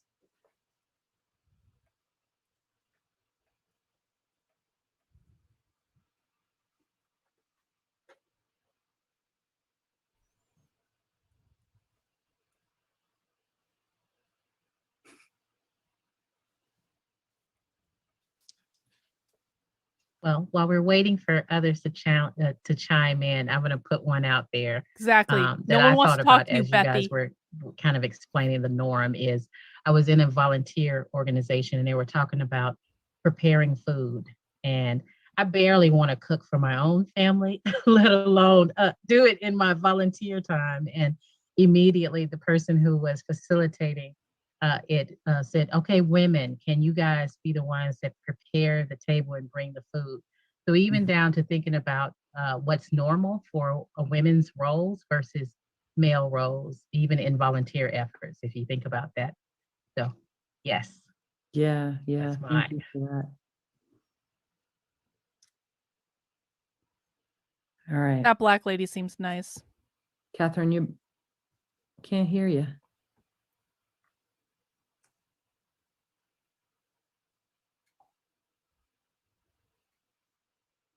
She's a useful hear me idiot. now? She seems Yeah, very nice. yeah. Oh, Oh, good. Apparently my AirPods won't work for me to talk. Just often in the organizations we work with too, it was reminding me of personality penalties that we often explore with when you violate gender norms. If you're, too bossy or too assertive, or being told to tone it down, or if you're not assertive enough, fitting other kind of stereotypes. So I think that happens a lot. I mean, I will say this, that is a real thing. That is a real thing. Women who are too bossy, or there's a very specific personality type, a communication style, it's the CD or DC style on the DISC profile. If women are taking on that. I mean, we're talking about very extremes, right? If women have like a personality profile that is traditionally considered masculine, that can actually create a lot of problems in organizations and in how those women are perceived. I coached women who they had that style and they had to repress it so severely that they actually lost their leadership ability because every time they tried to exert it, they were just getting negative feedback from the people around them. And so they started thinking, well, this must not be what I must not be doing it right. I have to change my entire personality in order to accommodate people. So I will say that I I don't play into the gender stuff often, but what she's talking about in terms of like women going outside of that traditional kind of like feminine stereotype, Sin says that's happened to her too. It does happen. It sucks. It's not fun. It can make people repress themselves. And sometimes men just need to get it together and they need to control their fifis a little bit more and, you know, not do that to people. Yeah. And then when we add like intersectional elements of our identities, like even in, in schools, and we're going to play a text in a minute, but like the school to prison pipeline is heavily populated by boys of color, and so making sure that, when you think about these questions with respect to the context that you're in, then that you are thinking intersectionally and recognizing, Hang on, got a super chat from James Jones. James, thank you for the super chat. Wow, back when I did a lot of karaoke, there was a guy there who said he was looking for people to participate in a karaoke competition show. He had the phoniest smile I've ever seen until today. Ain't it the truth, James Jones? I agree with you. Thank you for the super chat. I really do appreciate it. Hi, American Legend over on Rumble. I have figured out, Rumble, how to have a pop-out chat so that I can see the chat in Rumble at the same time that I can see the chat in YouTube and the streaming software I'm in. So I can see you guys. Everyone wave to Rumble. Hi, Rumble. It's good to be with you guys. that these norms really affect people and what they're willing to do and how they feel about themselves, which is important, right? Terry, where are you? There you are. Hi. Say your question. I was wanting to ask a question about normality versus expectation. Is that the same thing? Is it different? Do we expect things because they've been normalized? Do we normalize because we expect them? How do those two things relate? My answer is yes. I mean, and that's the thing, we have to break the cycle, right? It's like we go through the motions, but people who don't, I tell, if you're a student or if you're a person in the world and you walk through the world without thinking about your identity, things are working pretty well for you. Right. And I think, it's like we have to start thinking, kids or people who don't, who have marginalized identities in schools in particular, like they're walking through they're bumping into things all the time, right? With respect to multiple aspects of their identity, they don't fit. Right. And so the people with minoritized identities have to think about this all the time. And I think what we're trying to flip is to say, if you're not feeling uncomfortable, why not? Like, what are all the things as, a white, whatever, how we identify, that are working for me? And why are they working for me? And who might not they be working for?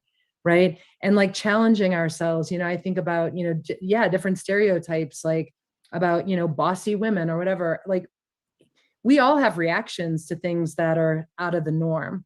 And so instead of thinking like, I wish she'd quiet down, just like a XYZ, instead we have to think, why am I so affected by what's happening right now? Because it's not normal, right? And so that's the way, like, we take that inner work that we talked about in the beginning and sort of put that in conversation with, the ways that these norms function, because we're perpetuating them all the time. Because they're easy to perpetuate if they work for us. Does that make sense? Yeah, definitely. Thank you. Yeah. All right. let's move us along, give you a break from being on the spot. Let's see. And I do think it's important to we have a little transition note and how we want to make the transition across these slides. These questions were really meant to have you all, again, take stock of your communities, your organizations, and what counts as normal, because that's the first step to thinking about what needs to be disrupted, because those norms are working really well for certain people within your organization, but not so well for others.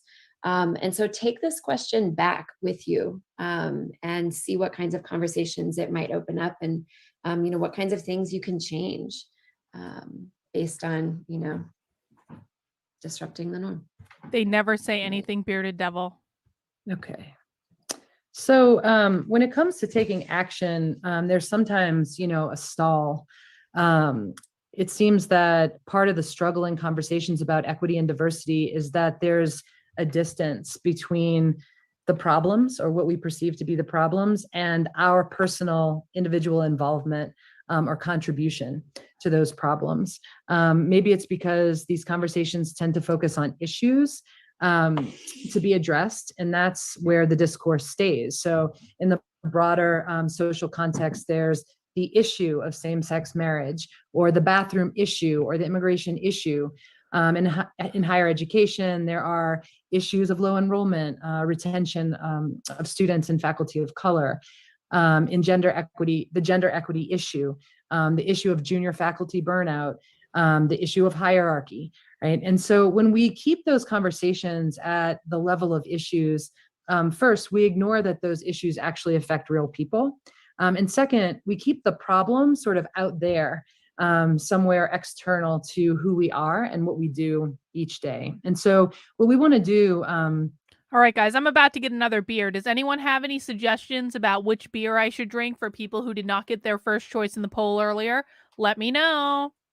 Moving forward, and I mean, we've kind of been doing it all along, is like shift that and really make the move from thinking about issues of diversity and inclusion to thinking about the lived experiences of employees, students, faculty, staff, including your own experiences. Everyone's saying a different and turn one. inward and ask, what's my contribution? What are we all doing knowingly and unknowingly? Okay, the choices again for beer. Hang on. I'll put another poll in the chat. Why don't we just do another poll? Hang on. Let me get them again.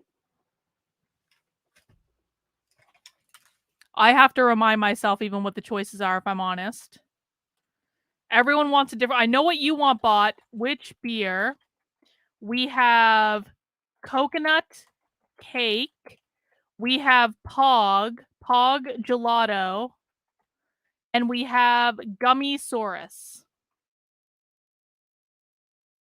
All right.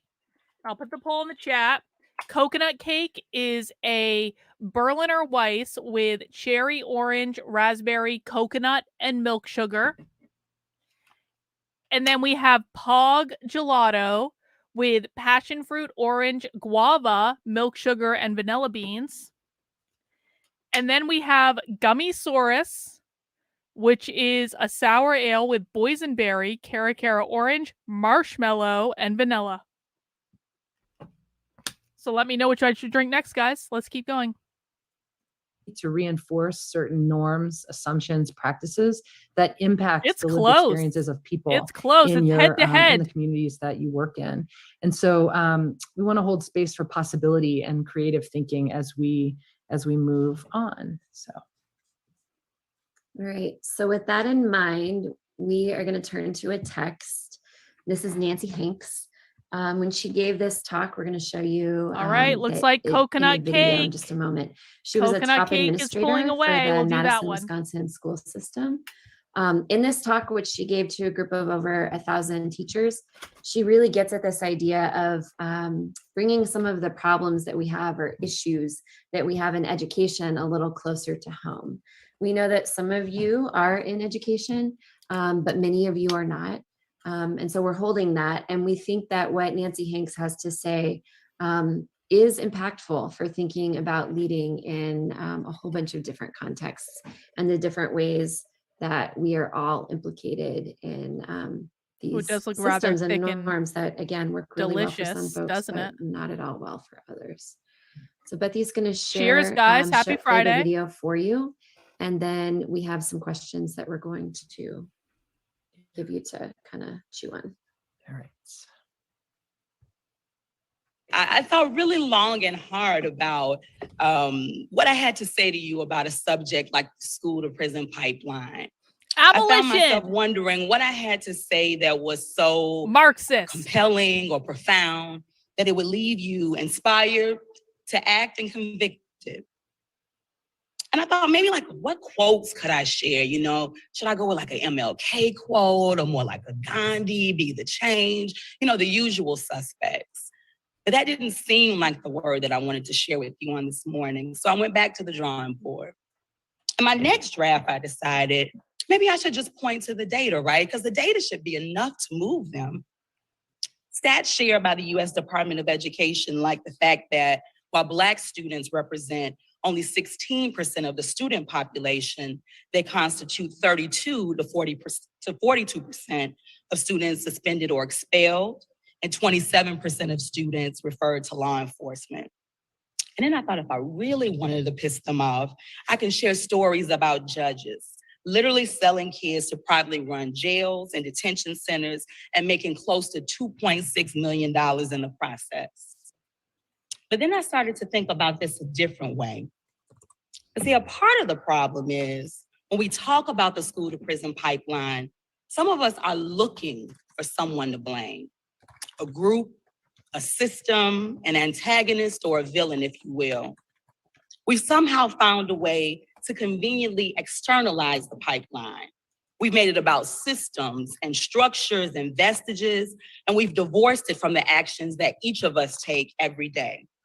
We've made it this abstract thing, you know, something out there, something to be shunned and examined, a Huffington Post article to share, another cause to tweet. And don't get me wrong, I'm not asleep or naive or dismissing any of the complexities of institutional racism or mass incarceration or the myriad of forces at work here. But when we do that, when we keep the conversation at that level and we only focus on it that way, it allows us to avoid doing the one thing that none of us want to do, which is make it personal and admit our own fault and contributions to the pipeline. And I know that's hard to hear, but yes, you and I, intelligent, well-intentioned, oh, that coconut cake, warriors what of it's good. It's like a equity, smoothie. we contribute to the pipeline. Consider this. If you're a teacher, it's in the moments when the unconscious bias that we all have compels you to address the aggressive or off-task behaviors of your scholars of color, while the identical behaviors of their white peers often go unaddressed, banishing those students to the main office, discipline referral form in hand, while you continue on with your Common Core aligned lesson. That's your contribution.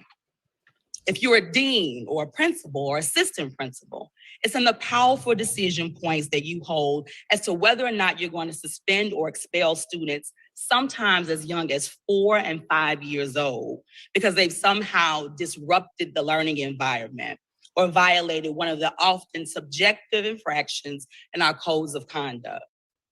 And it's also in the incidents when we deliberately misuse school resource officers, inappropriately involving them in incidents that often don't need officer involvement and escalate in a matter of seconds. Just for the record, I don't actually disagree with a lot of things that they're saying here. I think you can't always throw the baby out with the bathwater. There are fair points to make about student discipline and how students should be disciplined and how that should be handled in schools.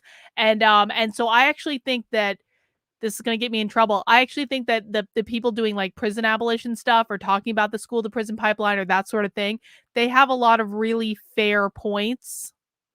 That doesn't mean we should descend into a world of Marxism, but they do have completely fair considerations that I think are worthy of us discussing. Blurring the line of what is criminal behavior and simply matters of school discipline.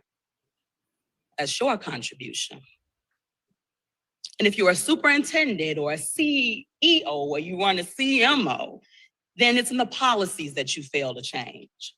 continuing to promote zero tolerance, masking it as just a commitment to safety or high and unwavering scholarly-like expectations, failing to engage your boards and the conversation around the data and the disproportionality because they may think that a more restorative approach will be too soft. And after all, rocking that boat might cost you your next contract. That's your contribution. And I can go on, but you get the point. Yes, systems matter. And yes, there are villains out there, but we got to be way more honest and own our piece of this. Now I can see somebody walking out of here feeling some type of way, saying, you hear her? She up there talking about, I'm contributing to the pipeline. I am a drum major for justice. But I promise, I promise you, it's all in love. It's all in love. And I don't have all the answers. I've just tried to learn from my mistakes. Just this past Christmas Eve, I ran into one of the only students that I ever referred to for an expulsion when I was a principal on the west side of Chicago. I was on an elevator headed to dinner, scrolling through my Instagram timeline. The bell rang, the door is open, and I heard a raspy, warm voice say, "Hello, Miss Hanks." My eyes lifted from the screen, and I saw this tall and familiar frame standing before me. I remember the incident quite clearly. He brought a BB gun to school, a very realistic looking BB gun. And I was livid at the time. I wasn't angry because I thought he wanted to hurt somebody. I actually didn't believe that he did. I was angry because I had busted my behind for 2 years at that point to turn that school around and establish community and to repair the climate and to make kids feel safe. Him bringing that BB gun wasn't just a threat to safety, it was a threat to me and my reputation that I was building for myself and for the school, and nobody was gonna compromise that. At the time, I couldn't separate the child from the act. I couldn't find that powerful just mercy that Brian Stevenson so passionately writes about. So I went to my code of conduct and I referred him for an expulsion. I greeted him with the, "Hey, sweetie, how are you?" It was all I could manage to get out at the time. My heart was pounding, and at that moment, I could feel the full weight of my decision rushing at me all at once. Is he still in school? Has he been in trouble with the law? Did I toss this child into the pipeline? My mind was racing, and at the time, I felt like I couldn't breathe. I'm cool, he replied. You know, I'm at Phoenix, the military academy. My grades, they're pretty good. I'm getting ready to take the ACT. I was actually gonna come out and see if I can get some help with that. I was selfishly relieved that despite my lack of compassion and understanding and patience and mercy, that he seemed to be thriving. And that by the grace of God, he hadn't wound up in the juvenile justice system. We chatted for a few minutes. I fished a business card out of my bag. I gave him a hug, and I told him to call me so I could make sure that he was well prepared for the ACT. Okay, cool. Merry Christmas, Miss Hanks, were his parting words, and we both went our separate ways. I cried as soon as I got in the car and all the way to dinner. I prayed for forgiveness for that time and any other time that I betrayed the privilege given to me to be a steward and protector over children I serve. For any time I never just let kids be kids, goofy, carefree kids that make mistakes, sometimes big, sometimes small. And for holding kids to standards, I don't even hold myself to, quite honestly. I tried to pull it together, and I can hear my grandmother's voice say, "Brand new mercies, baby, brand new mercies." We all get brand new mercy each day. So today, I'm grateful. I'm grateful for the grace that someone extended that young. Yep, I want to say I don't disagree with any of this. And this is the trouble with this sort of thing, right? Because I don't disagree with anything that she's really said. Now, that doesn't mean she's not a Marxist. She probably is a Marxist, and I disagree with that. But again, it's like you can't. Kids are kids. Kids do not have the logic, reason, function of their brain. I always think it's very important to remember this. The logic, reason, function of your brain does not develop until you are in your early to mid 20s. If you want to know why teenagers do stupid things, it is because the logic, reason, function of your brain does not develop until you're in your early to mid 20s. And I do think there should be more consideration for kids who do stupid things, that they need to be taught. They need to have it explained to them. They need to learn. You should never make the assumption that people understand why what they did was stupid. I'll tell you what, I see adults do stupid things like all the time. The amount of stupid things I see adults do on any given day.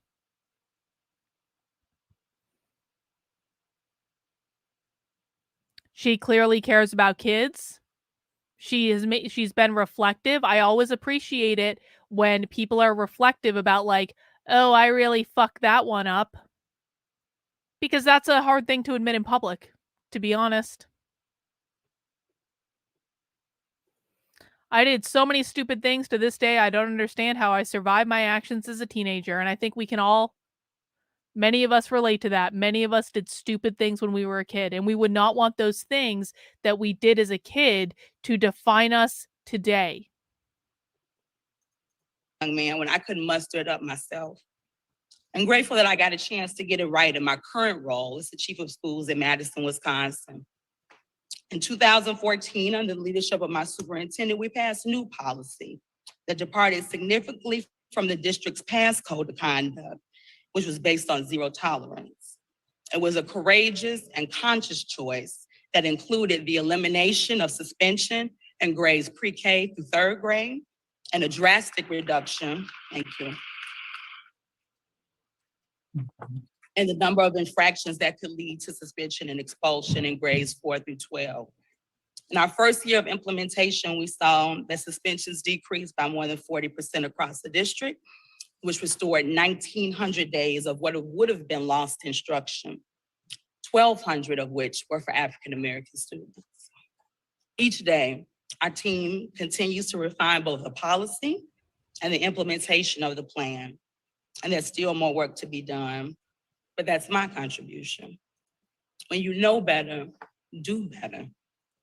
Thankfully, that applies to all of us. And we all have access to those new mercies, the chance each day to walk out of here, to do over, to try it another way, and to own our own power to dismantle the pipeline. Thank you. All right. Before we throw some questions at you to reflect on, I just want to offer in the chat, what are you sitting with? What feelings are coming up around? Listen, I'm gonna say something. So when people like Bearded Devil say, so change the rules instead of upholding them, that doesn't paint you as the good guy. That makes you look just like them. It actually makes you look worse than them. It makes you look heartless. It makes you look like you're inhuman. It makes you look like you lack compassion. It makes you look like the hardened racist that they want to convince the world that you are. One of the easiest ways to undermine their ideology is to be a reasonable fucking human being. And if you're going to say, rules are rules, and we always have to enforce the rules, and rules are rules, and I don't even know why we're having this conversation. That kid brought a BB gun to school. Expel his ass. Fuck him. That is a child, and that makes you look like an asshole. And then no one wants to work with you, and no one wants to be on your side, and you wonder why. If you want to beat them, your mission cannot be to become worse than them. If you want, I mean, you can want to lose, and obviously Bearded Devil wants to lose here today. He wants to drive everyone away from his side. He wants to drive away all voters over to the Democrats. We can see that very clearly. I don't make the rules, bro. You're the one showing me who you really are. But if you want to beat these people, you're not going to do it by being an asshole. You're not going to do it by being inhuman. You're not going to do it by digging in your heels and saying, fuck the kids. they're black, they deserve it, which is what a lot of you are doing right now. And by the way, the conservative right sounds really fucking racist right now in ways that I have never seen before. Has anyone seen Matt Walsh's Twitter feed in the last couple days? Yep, this is what conservatives say anytime. Like, don't assume I'm a conservative, except that you're speaking conservative talking points and you're parroting conservative language. But why conservatives seem to think that I haven't figured out what language they speak versus what leftists speak versus what libertarians speak versus what Marxists speak. It's very easy to tell you guys apart. I promise you, you're not fooling anyone. And the very best thing you can do right now, Bearded Devil, is to stop talking, open your ears, and listen. And if you don't want to do that, I'm going to make the assumption that you want to lose, because every single action that you are taking right now tells me that you want to lose, because you are not listening. You are not considering the human factors. You don't want to do it. You want to dig in your heels. You want to piss people off. You want to drive people away. You don't want anyone to vote for you. You don't want anyone to be on your side. And it's your own damn fault. You deserve to lose, bro. Congratulations. Leading around different pipelines that exist. So what are you sitting with feeling wise?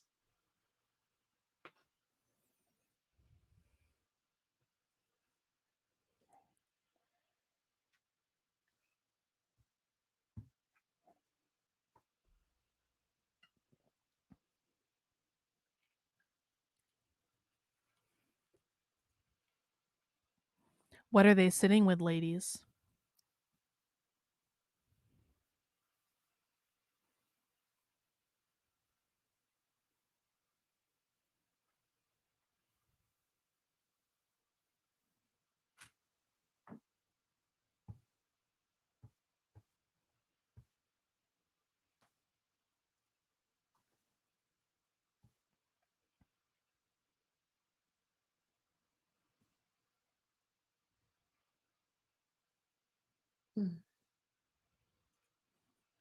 This is a horrible trainer moment.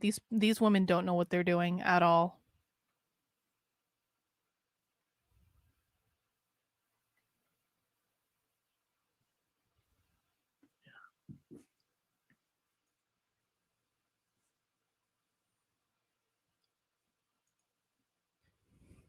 Yeah, thank you.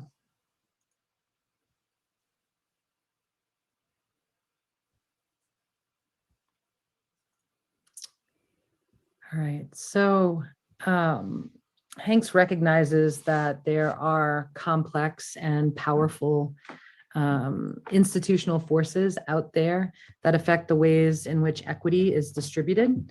And in her case, that create the context for the school to prison pipeline. And she calls on us to do some hard internal work by making the pipeline personal and admitting our own fault and contributions to contexts that create pipelines in the first place.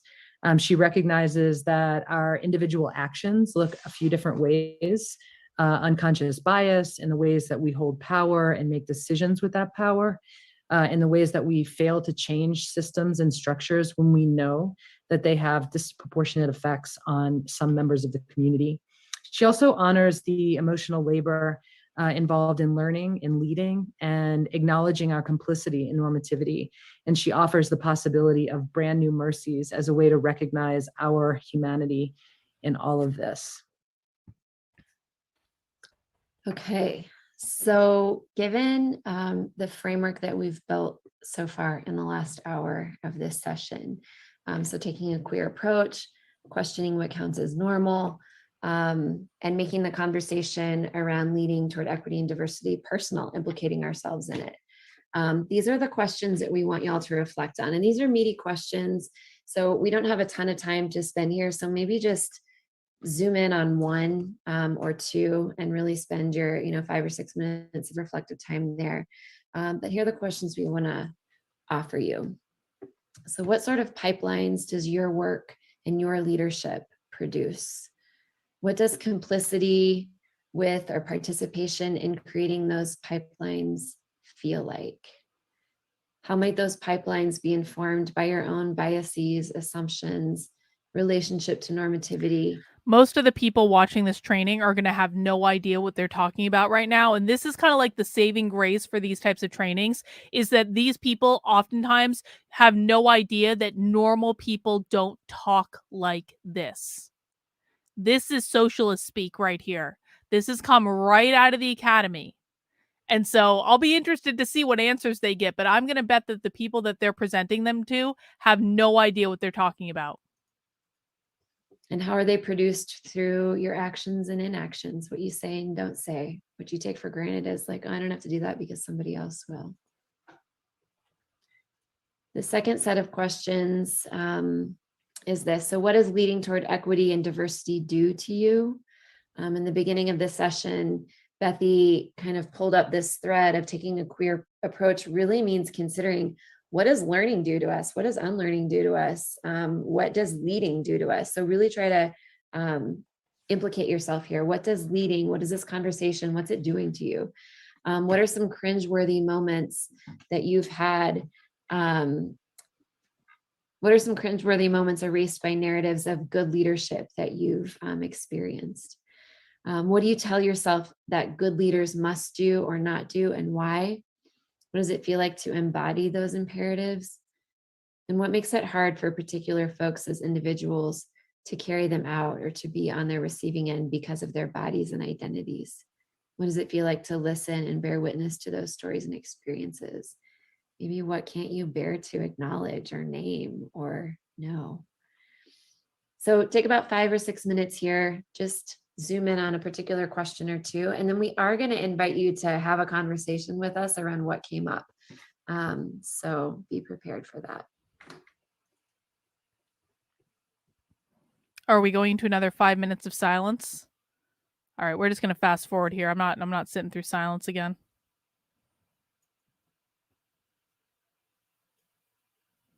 All right, let's see how little of this they actually understood.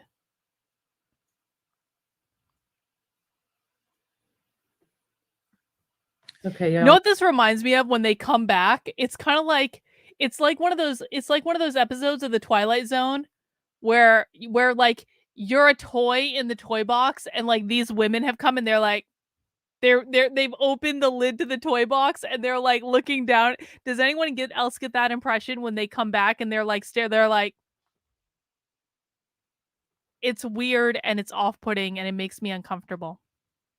Well, let's come back together. If you feel like turning your cameras on, getting your sharing guts ready. Let's sit here for a minute. What came up around these questions? Talk to each other.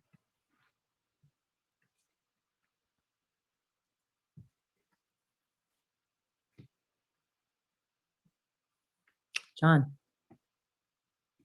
Yeah, I think the first, Oh the my second part of the God. first question of like what Who is this leading with person? equity and diversity does to you, and this example of a good leader, I sort of embody, or what I normally view as a good leader is someone that does everything they can, given their own ability and biography, to disrupt these systems of oppression, whether that's the school to prison pipeline, whether that's that cis heteronormative structure, whether that's racial injustice. And I think what that does to you is it's incredibly vulnerable, right? I think it normally sets you apart. It really sometimes make you into a troublemaker a lot of times, and someone that is quite literally trying to disrupt the very systems that our entire society is. And it's sometimes isolating, it's sometimes incredibly difficult. And to the last question on that of just, why do some people not do that? And what identities, prevent folks from doing that? I think,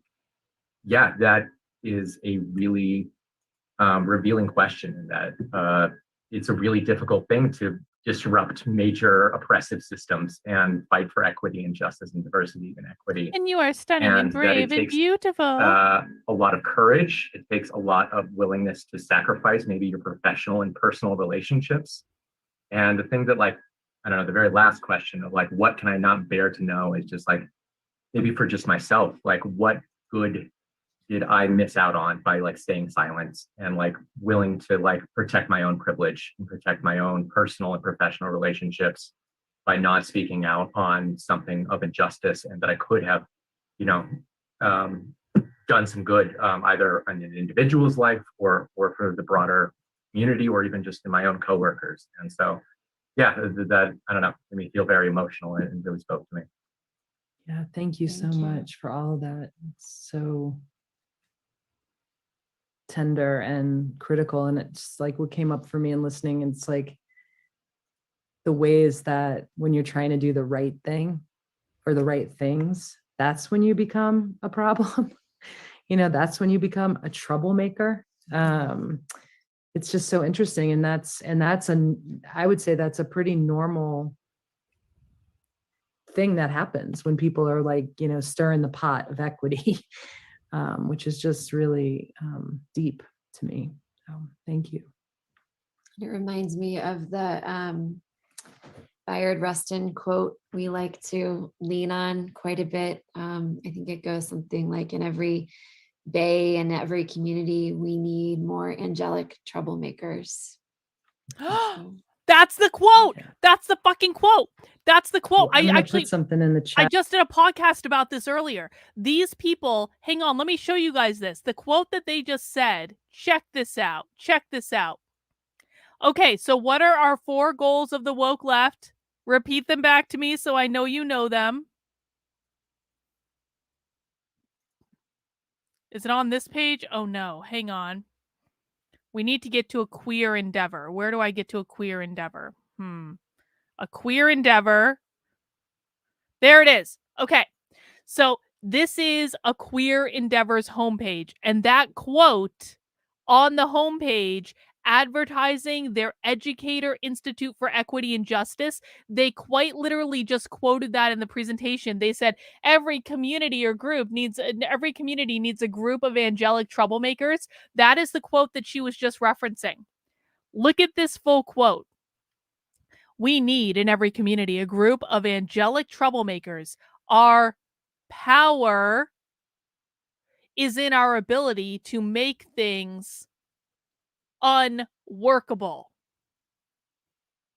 If the 4 goals of the woke left are gain as much power as possible, destabilize the system, attack capitalism, usher in their Marxist utopia, they've hit on 2 of those goals in a single effing quote on their homepage advertising the Educator Institute for Equity and Justice. Our power is to make things unworkable. They don't even try to hide it. It's on their literal effing homepage. So when I repeat these 4 things over and over and over again, just in case people think I'm making these things up, it is because these are the themes that come up. Oh, I have watched almost 3 years of these trainings now. I have watched more of these trainings than almost anyone else on the planet. This is why I go a little insane. Okay?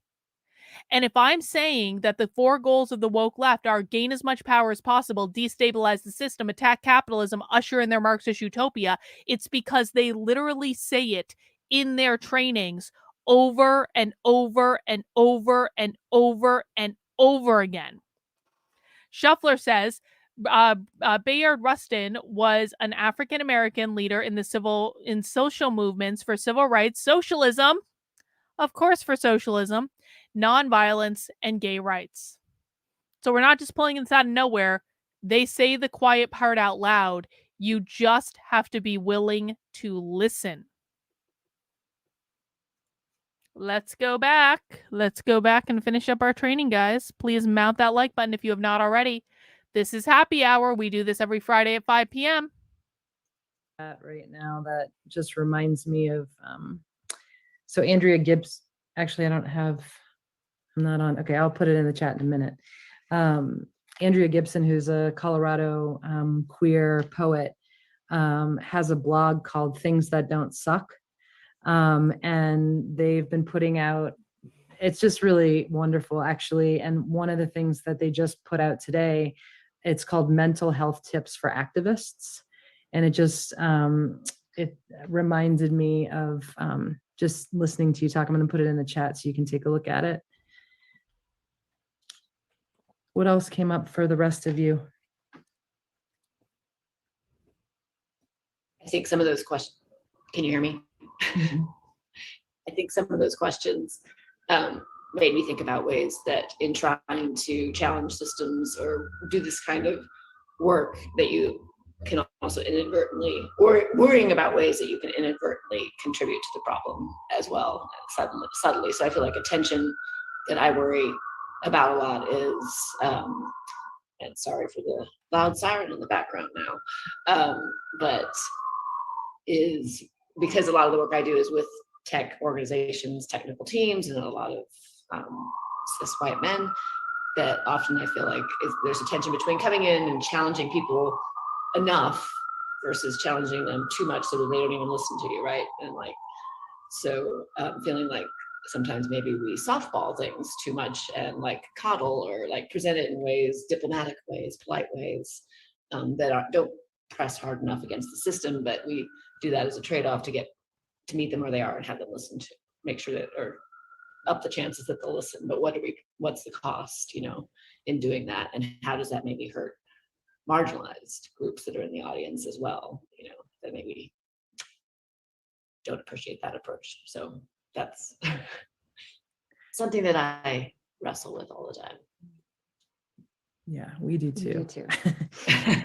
Working in systems like schools, you know, districts, like, you know, we're not, and like a community organization, we are tied to the university and we work with districts. And so it's hard. I think what came up for me listening to that is like naming that, you know, like in the group, you know, and saying like exactly what you just said, you know, like, you know what I'm noticing that I'm like really hoping that, you know, we get people on board, and to do that, I feel like I'm softballing some things, and I really need to like put that out there that like, who am I taking care of here? I'm taking care of the most privileged people in the space. Right. And that's a problem. And what do y'all think about that?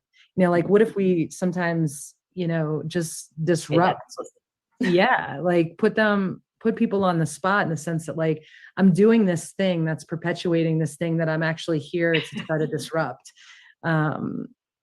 Meta level conversation. Yeah. I mean, maybe let's hear from a couple more folks.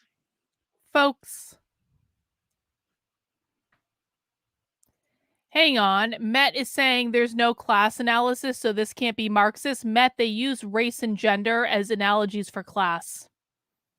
It doesn't have to be a class analysis anymore. They use race as an analogy for class. They use gender as an analogy for class. They use sexual orientation as an analogy for class. They use whatever tool is most convenient for them to use. Hey. Giddy, yeah.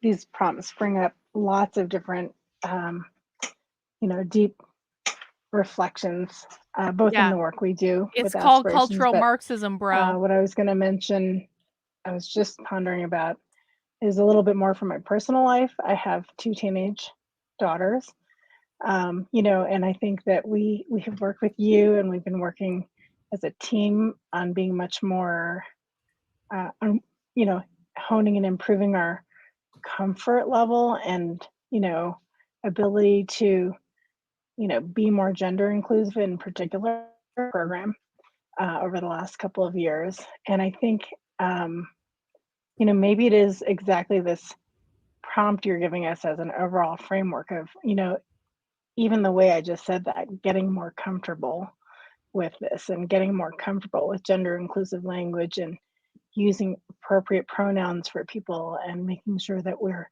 addressing them the way they want to be addressed. And, I think I was talking about someone who uses they them pronouns, and the way I said it wasn't totally exactly correct. And so my daughter, of course, corrected me because teenagers. And it was my reaction in terms emotional reaction was kind of like, hey, I'm a older generation person trying. Why don't you give me credit for that? Why don't I get some points for being someone who is aware that you have friends who use other pronouns, but you've really turned it around for me to think about, it's not about getting points. Like, I'm not trying to get a participation trophy or a ribbon for being someone who's Why trying. not? Everyone right? else And does. that's not enough. And to really just think about, okay, maybe That's the right, me Sam. of 2022 is different than the me of 2018, but that doesn't mean that the me of 2023 can't be pushed further. Yeah, I love that. She just had her own And I little think struggle just session bringing right in then. the idea that, Isn't that nice? to call on Andrea Gibson again, actually, like, it hurts to become, like, recognizing, being able to understand that feeling that you had, I think is something that's missing from a lot of this type of work. And what we sort of really ground in is like, and we start with it, this is going to be uncomfortable. Like, when we work with teachers or school leaders or, and they've been in the business for 30 years and they figure out that some of the things that they are doing are disproportionately affecting certain students who they care about, that destroys them. And so how we come to this work is like, hey, no, like, we are holding you right here. Tomorrow, like, when you know better, do better, right? Brand new mercies, like that whole framing. And because I think that not understanding that feeling just leads to people really like revolting.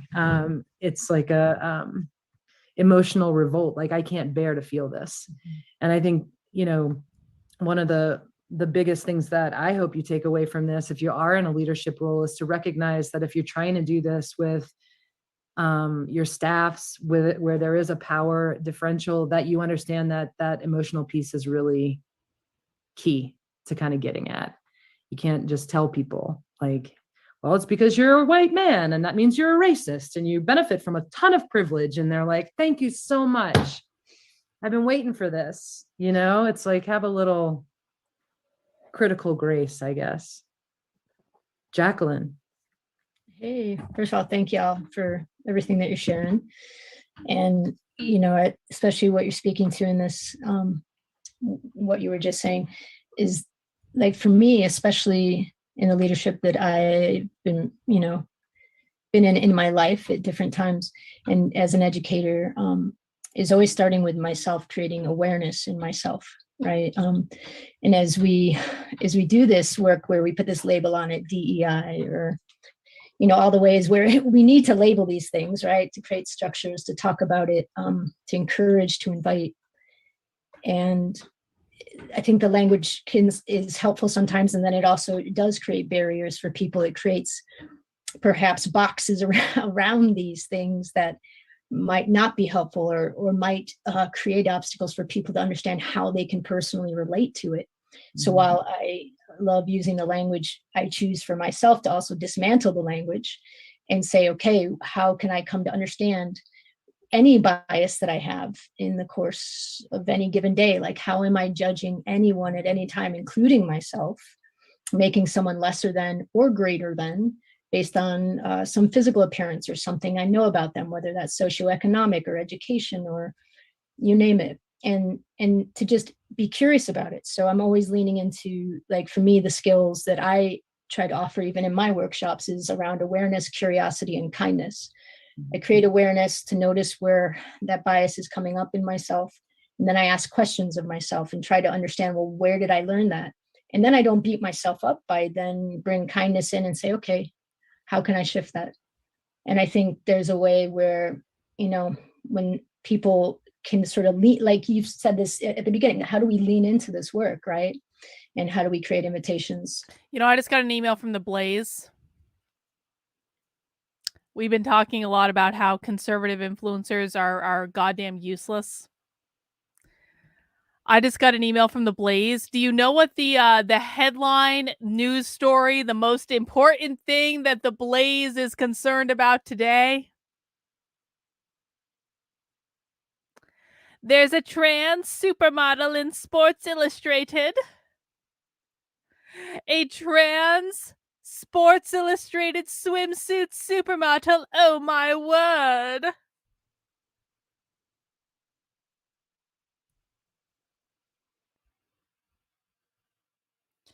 Conservatives are going to wake up in a couple of years after they lose the 2024 election to Joe Biden again. And they're going to lose to a literal dementia patient. A literal fucking dementia patient. They are going to lose so badly, they aren't even going to know what to do. And they're going to wake up in a couple of years ago and go, you know, there ain't no getting the schools back now. And I'm going to be like, where the fuck were you? When I was talking about every single day of my life, what's going on in the schools, you were like, but Carlin, have you seen there was a trans person in Sports Illustrated? Like, are you fucking kidding me? Conservatives have so lost the plot at this point. It's like they have been fucking broken. There is no bringing them back. I'm sorry if there are conservatives watching right now. I really, really am. But your side has jumped the fucking shark. If the most important thing that you are worried about right now is there is a trans woman in Sports Illustrated, bro, don't buy the magazine. I'm going to make it real simple. Don't buy the magazine. Just don't buy it. It's really not hard. I can't. I cannot. You know, my response to conservatives from now on who bring up stupid shit like this, I'm going to be like, your kid deserves to be trans. I'm going to laugh when they do it. And then they're going to take your kid away from you. And I'm going to laugh when that happens as well, because you had every opportunity. You had everything you needed to fix the problem, and you were more concerned about a trans woman being in Sports Illustrated. Anyway, guys, let's wrap up our training for today. You know, that people can actually lean into, as opposed to feel defensive or like something's wrong with them, or if they can't relate to it, feeling like, oh, I just don't get this, or it's like, you know, it's like we're all in it together. It touches everybody and it just looks different, you know. So and I always appreciate, you know, Andrea Gibson is someone that I've had the pleasure and, you know, interacting with quite a bit over the years. So, you know, I value, you know, a lot that they bring too through their work in artistry. So thank you for referencing them as well. Yeah. Andrea is our kids. Oh, I'm never voting for a Republican ever again. You can get that hope and dream right out of your head right now, except if it's Vivek. Vivek is the only one I would vote for. Yeah. So, and I think too, you know, it's this work. Sometimes there are certain spaces where I'm not going to have patience. You know what I mean? Like as a queer person, as a person who's genderqueer, who's not in the binary. You quite literally are in the binary, Bethy. I get you use paid, like she, I her get pronouns. gay for pay, but there are times when I'm not getting paid to do this, and I'm like, I'm you know, I'm angry. Like this is a freaking emergency right now, you know, and It's like, not where are my an allies? Where are my emergency at all. accomplices when like all this legislation, like what other group is being legislated against across the country? You're not being legislated I'm against. pissed about it, you know, and There so is there no are times when I legislation just need to be impacting around you, queer Bethy. people. I can't hear about people trying, you know what I mean? And I think that we all need to make space for that too, given our— Bethy, you are a tenured professor at the University of Colorado at Boulder. Quite literally, no one is doing anything to you, Bethy. You're just fine. There is nothing that's happening that is impacting you in any way, shape, or form. And to say you're genderqueer is really disingenuous because you use she, her pronouns. You are quite literally buying into the gender binary, Bethy, which proves that you don't even know, either you don't even know your own ideology or you know your own ideology, and you are purposefully obfuscating it to I don't know, make a point, whatever. But to pretend that you are some poor, oppressed human being, you literally have tenure at the University of Colorado at Boulder. You have your own little initiative that you started with your wife or partner or whoever she is called a queer endeavor. You are not oppressed, Bethy. Our identities, like anger is necessary. If not, it's just going to eat us up.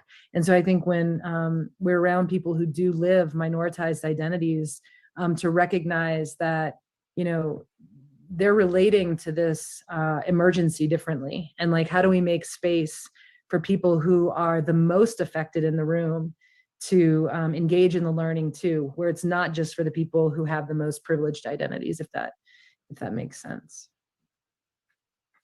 All right, we're gonna end with is this you?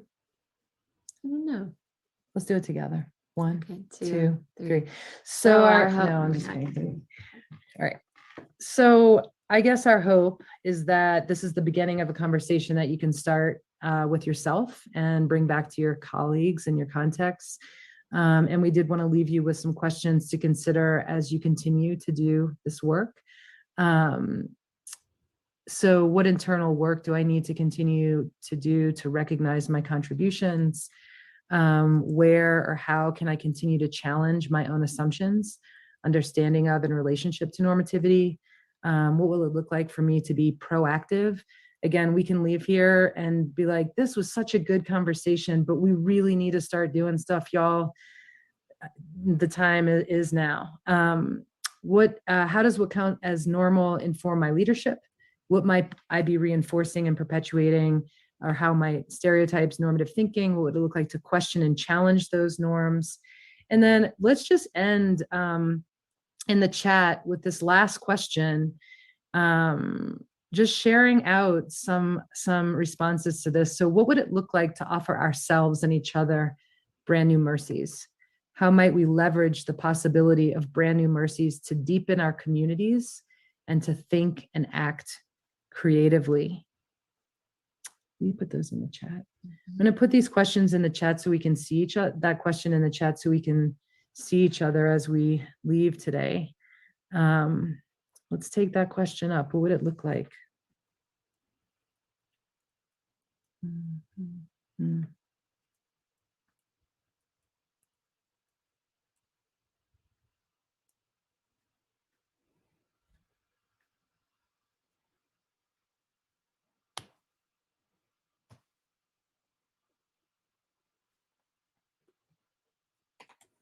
Look at this back I'm making for this sweater.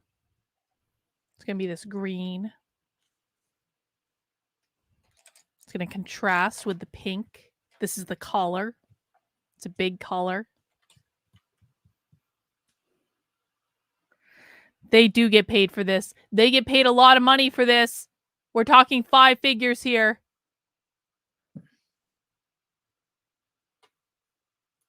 I'm really liking this yarn. Hedgehog fibers. I think this is called Mermaid. Hedgehog fibers is my favorite. It is going to be a sweater. But it's going to have this big long collar component. And then this is going to go around and this is going to be part of the back.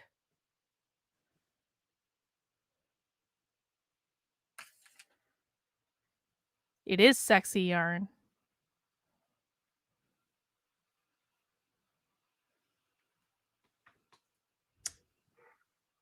All right, y'all. Thank you I don't know about so that, much Richard, for being here. And one thing that we've been saying in our sessions, because we've just been noticing, related to the legislation and the discourses around critical race theory initiatives, everyone is against anti-trans, us, and we are oppressed. It feels like we're playing defense a lot. And so we want the to world hates us. Challenge you to play some offense, do something proactive. Why do you hate and then tell somebody about people? it, brag about it, get a high five. Yeah. Thanks again for showing up. Reach out. And I think Andrea's gonna. Yes, I am here. please right. join me in thanking Sarah and Bethy for an inspiring, Thank you, Sarah and informative, Bethy. We'll be thought-provoking seeing you again session. You real guys were soon, awesome. Sarah and So virtual Bethy. hand claps or physical hand claps.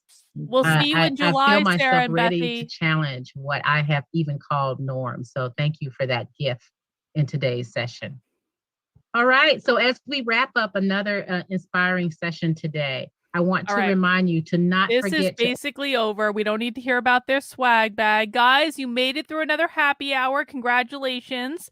Keep in mind that the people that we watched today are quite literally training the teachers who are teaching your children. This is real. These ladies run an initiative called A Queer Endeavor, and A Queer Endeavor is doing an institute for equity and justice, which is specifically to train teachers. And if you want to know what's going to be in this Institute for Equity and Justice, what you want to do is head over to my Actively Unwoke Substack, which is Carlyn, KARLYN.substack.com. And I want you to read this article right over here, Training Teachers to Queer Your Kids. I'll make it real easy. I'll pop it in the chat on YouTube. I will pop it in the chat on Rumble. This is the article that will show you exactly and precisely what they're teaching your teachers, your kids' teachers at this conference. And I'll tell you what, let's just do a little sneak preview. Here are some of the sessions they're teaching your kids' teachers. Queering English language classrooms, initial queer considerations. The Queer Library is open, the power of drag queen story time. Gender inclusive adaptations to your biology lessons. Let's practice queering your practice. Social justice in elementary mathematics classrooms. Teachers as resistors, bringing our lessons into the classroom. Preparing a new wave of critical and socially just educators. The unexpected pronoun game, practicing trans-friendly language. All of this and more is what occurred at the Educator Institute for Equity and Justice, but 2 years ago in 2021, and they've got another one coming up in July. And, you know, it'll be interesting to see when they launch their schedule what they're teaching this year. But guys, if you want to keep up to date on all of the Unwoke knowledge, please make sure you are subscribed to my Substack. Again, that's Carlyn, KARLYN.substack.com. And if you do want to support the work I'm doing, please make sure you sign up for a paid subscription on my Substack, $5 a month, $50 a year. I am completely 100% funded by you. I cannot do this without you. If I don't have your support, I'm going to need to give this up and go back to corporate training and doing that for a full-time job, which is fine. I mean, I could do it. It's not the end of the world, but I'd rather spend my time with you teaching you about the woke ideology, breaking down the woke ideology. And if you want to support the work I'm doing, the very best thing you can do is by becoming a paying member on my Substack. You can also find other options. You can join my locals community. That's in the description below. That is $5 a month, $50 a year. You can join my Patreon. You can make a one-time gift at activelyunwoke.com/support. You can head over to my merch store, which is unwokeart.com. Pick up some fancy swag. We got a Trump special actually on the stream. A nice gentleman in Colorado ordered this here golden Trump mug as a nice thank you, I suppose. But you can find all sorts of cool stuff in the Unwoke Art store. Guys, I got some great stuff. I got the Be Bourgeois design. I got the Be Different design. You can even find the Dear Cult Leader design if you feel so inclined. There's stickers, mugs, t-shirts, hoodies, prints, all sorts of great stuff. Guys, tomorrow we are gathering together at 6 p.m. And tomorrow I want you to clear your schedule. We're going to do an extra long Socialism Saturday. Make sure you have drinks available. Make sure you have snacks. Maybe order a pizza. Engage in capitalism. Order that pizza. Because tomorrow we are going to take a 3-part socialist class all about how to be the very best comrade that we can be. That is quite literally what it's called. It is a 3-part class in comradeship. So, and it's going to be interesting to see how they indoctrinate us into their ideology and their political organization. And maybe we can even pick up some tips and tricks. But join me at 6 p.m. tomorrow. We go 1 hour later on Saturdays because that is my weekend too. And I have other stuff I need to do. But join me at 6 p.m. tomorrow for our regular Socialism Saturday stream. And by the way, I'm kind of Okay, this is a little impromptu. I'm feeling a little saucy. I'm feeling a little spicy. I'm feeling like I need to do a nitwit stream tonight. If I were to react to some influencers tonight, are there any influencers that people would want me to react to? Like, if I were to watch something that an influencer did recently, is there anything notable? I don't watch this stuff. You guys watch this stuff. Like, I don't, no offense, but like, I don't have the time. But like, I'm really thinking about doing a nitwit stream tonight. Let me know if there's anything you want me to react to, and maybe we're going to be like, Nitwits is not a productive stream. Nitwits is a gossip stream. It is a drama stream. I am my worst self on Nitwits. I acknowledge it. It's to blow off steam. People apparently want me to react to Matt Walsh. Matt Walsh. Oh, God. Oh, God. You guys are really going to make me fucking react to Matt Walsh. All right. I'm going to give it some thought. If you have some suggestions, do let me know. Mark, I'm not sure about what time because, I probably should go have some dinner. Take a little bit of a break. Don't always need to be streaming on the internet. But I don't know. Keep an eye on my Twitter, I guess. I'll announce it. Not sure what time. But yeah, maybe. I'm not guaranteeing anything. I might conceivably end this stream and go downstairs and sit on the couch and start watching a movie. All right? And then I'm going to be like watching a movie because, I like to have a life too sometimes. But maybe a little bit later we'll do a Nitwits. Maybe. I don't want to get anyone's hopes up.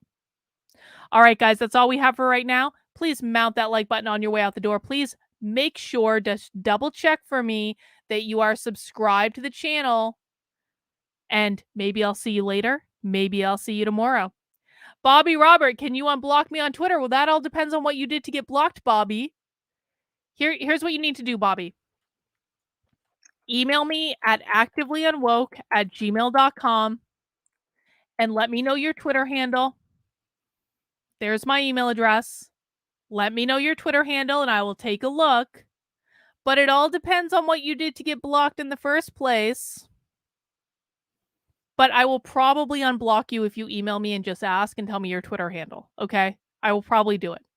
All right, guys, that's all I have for right now. Take care. Have a great rest of your day.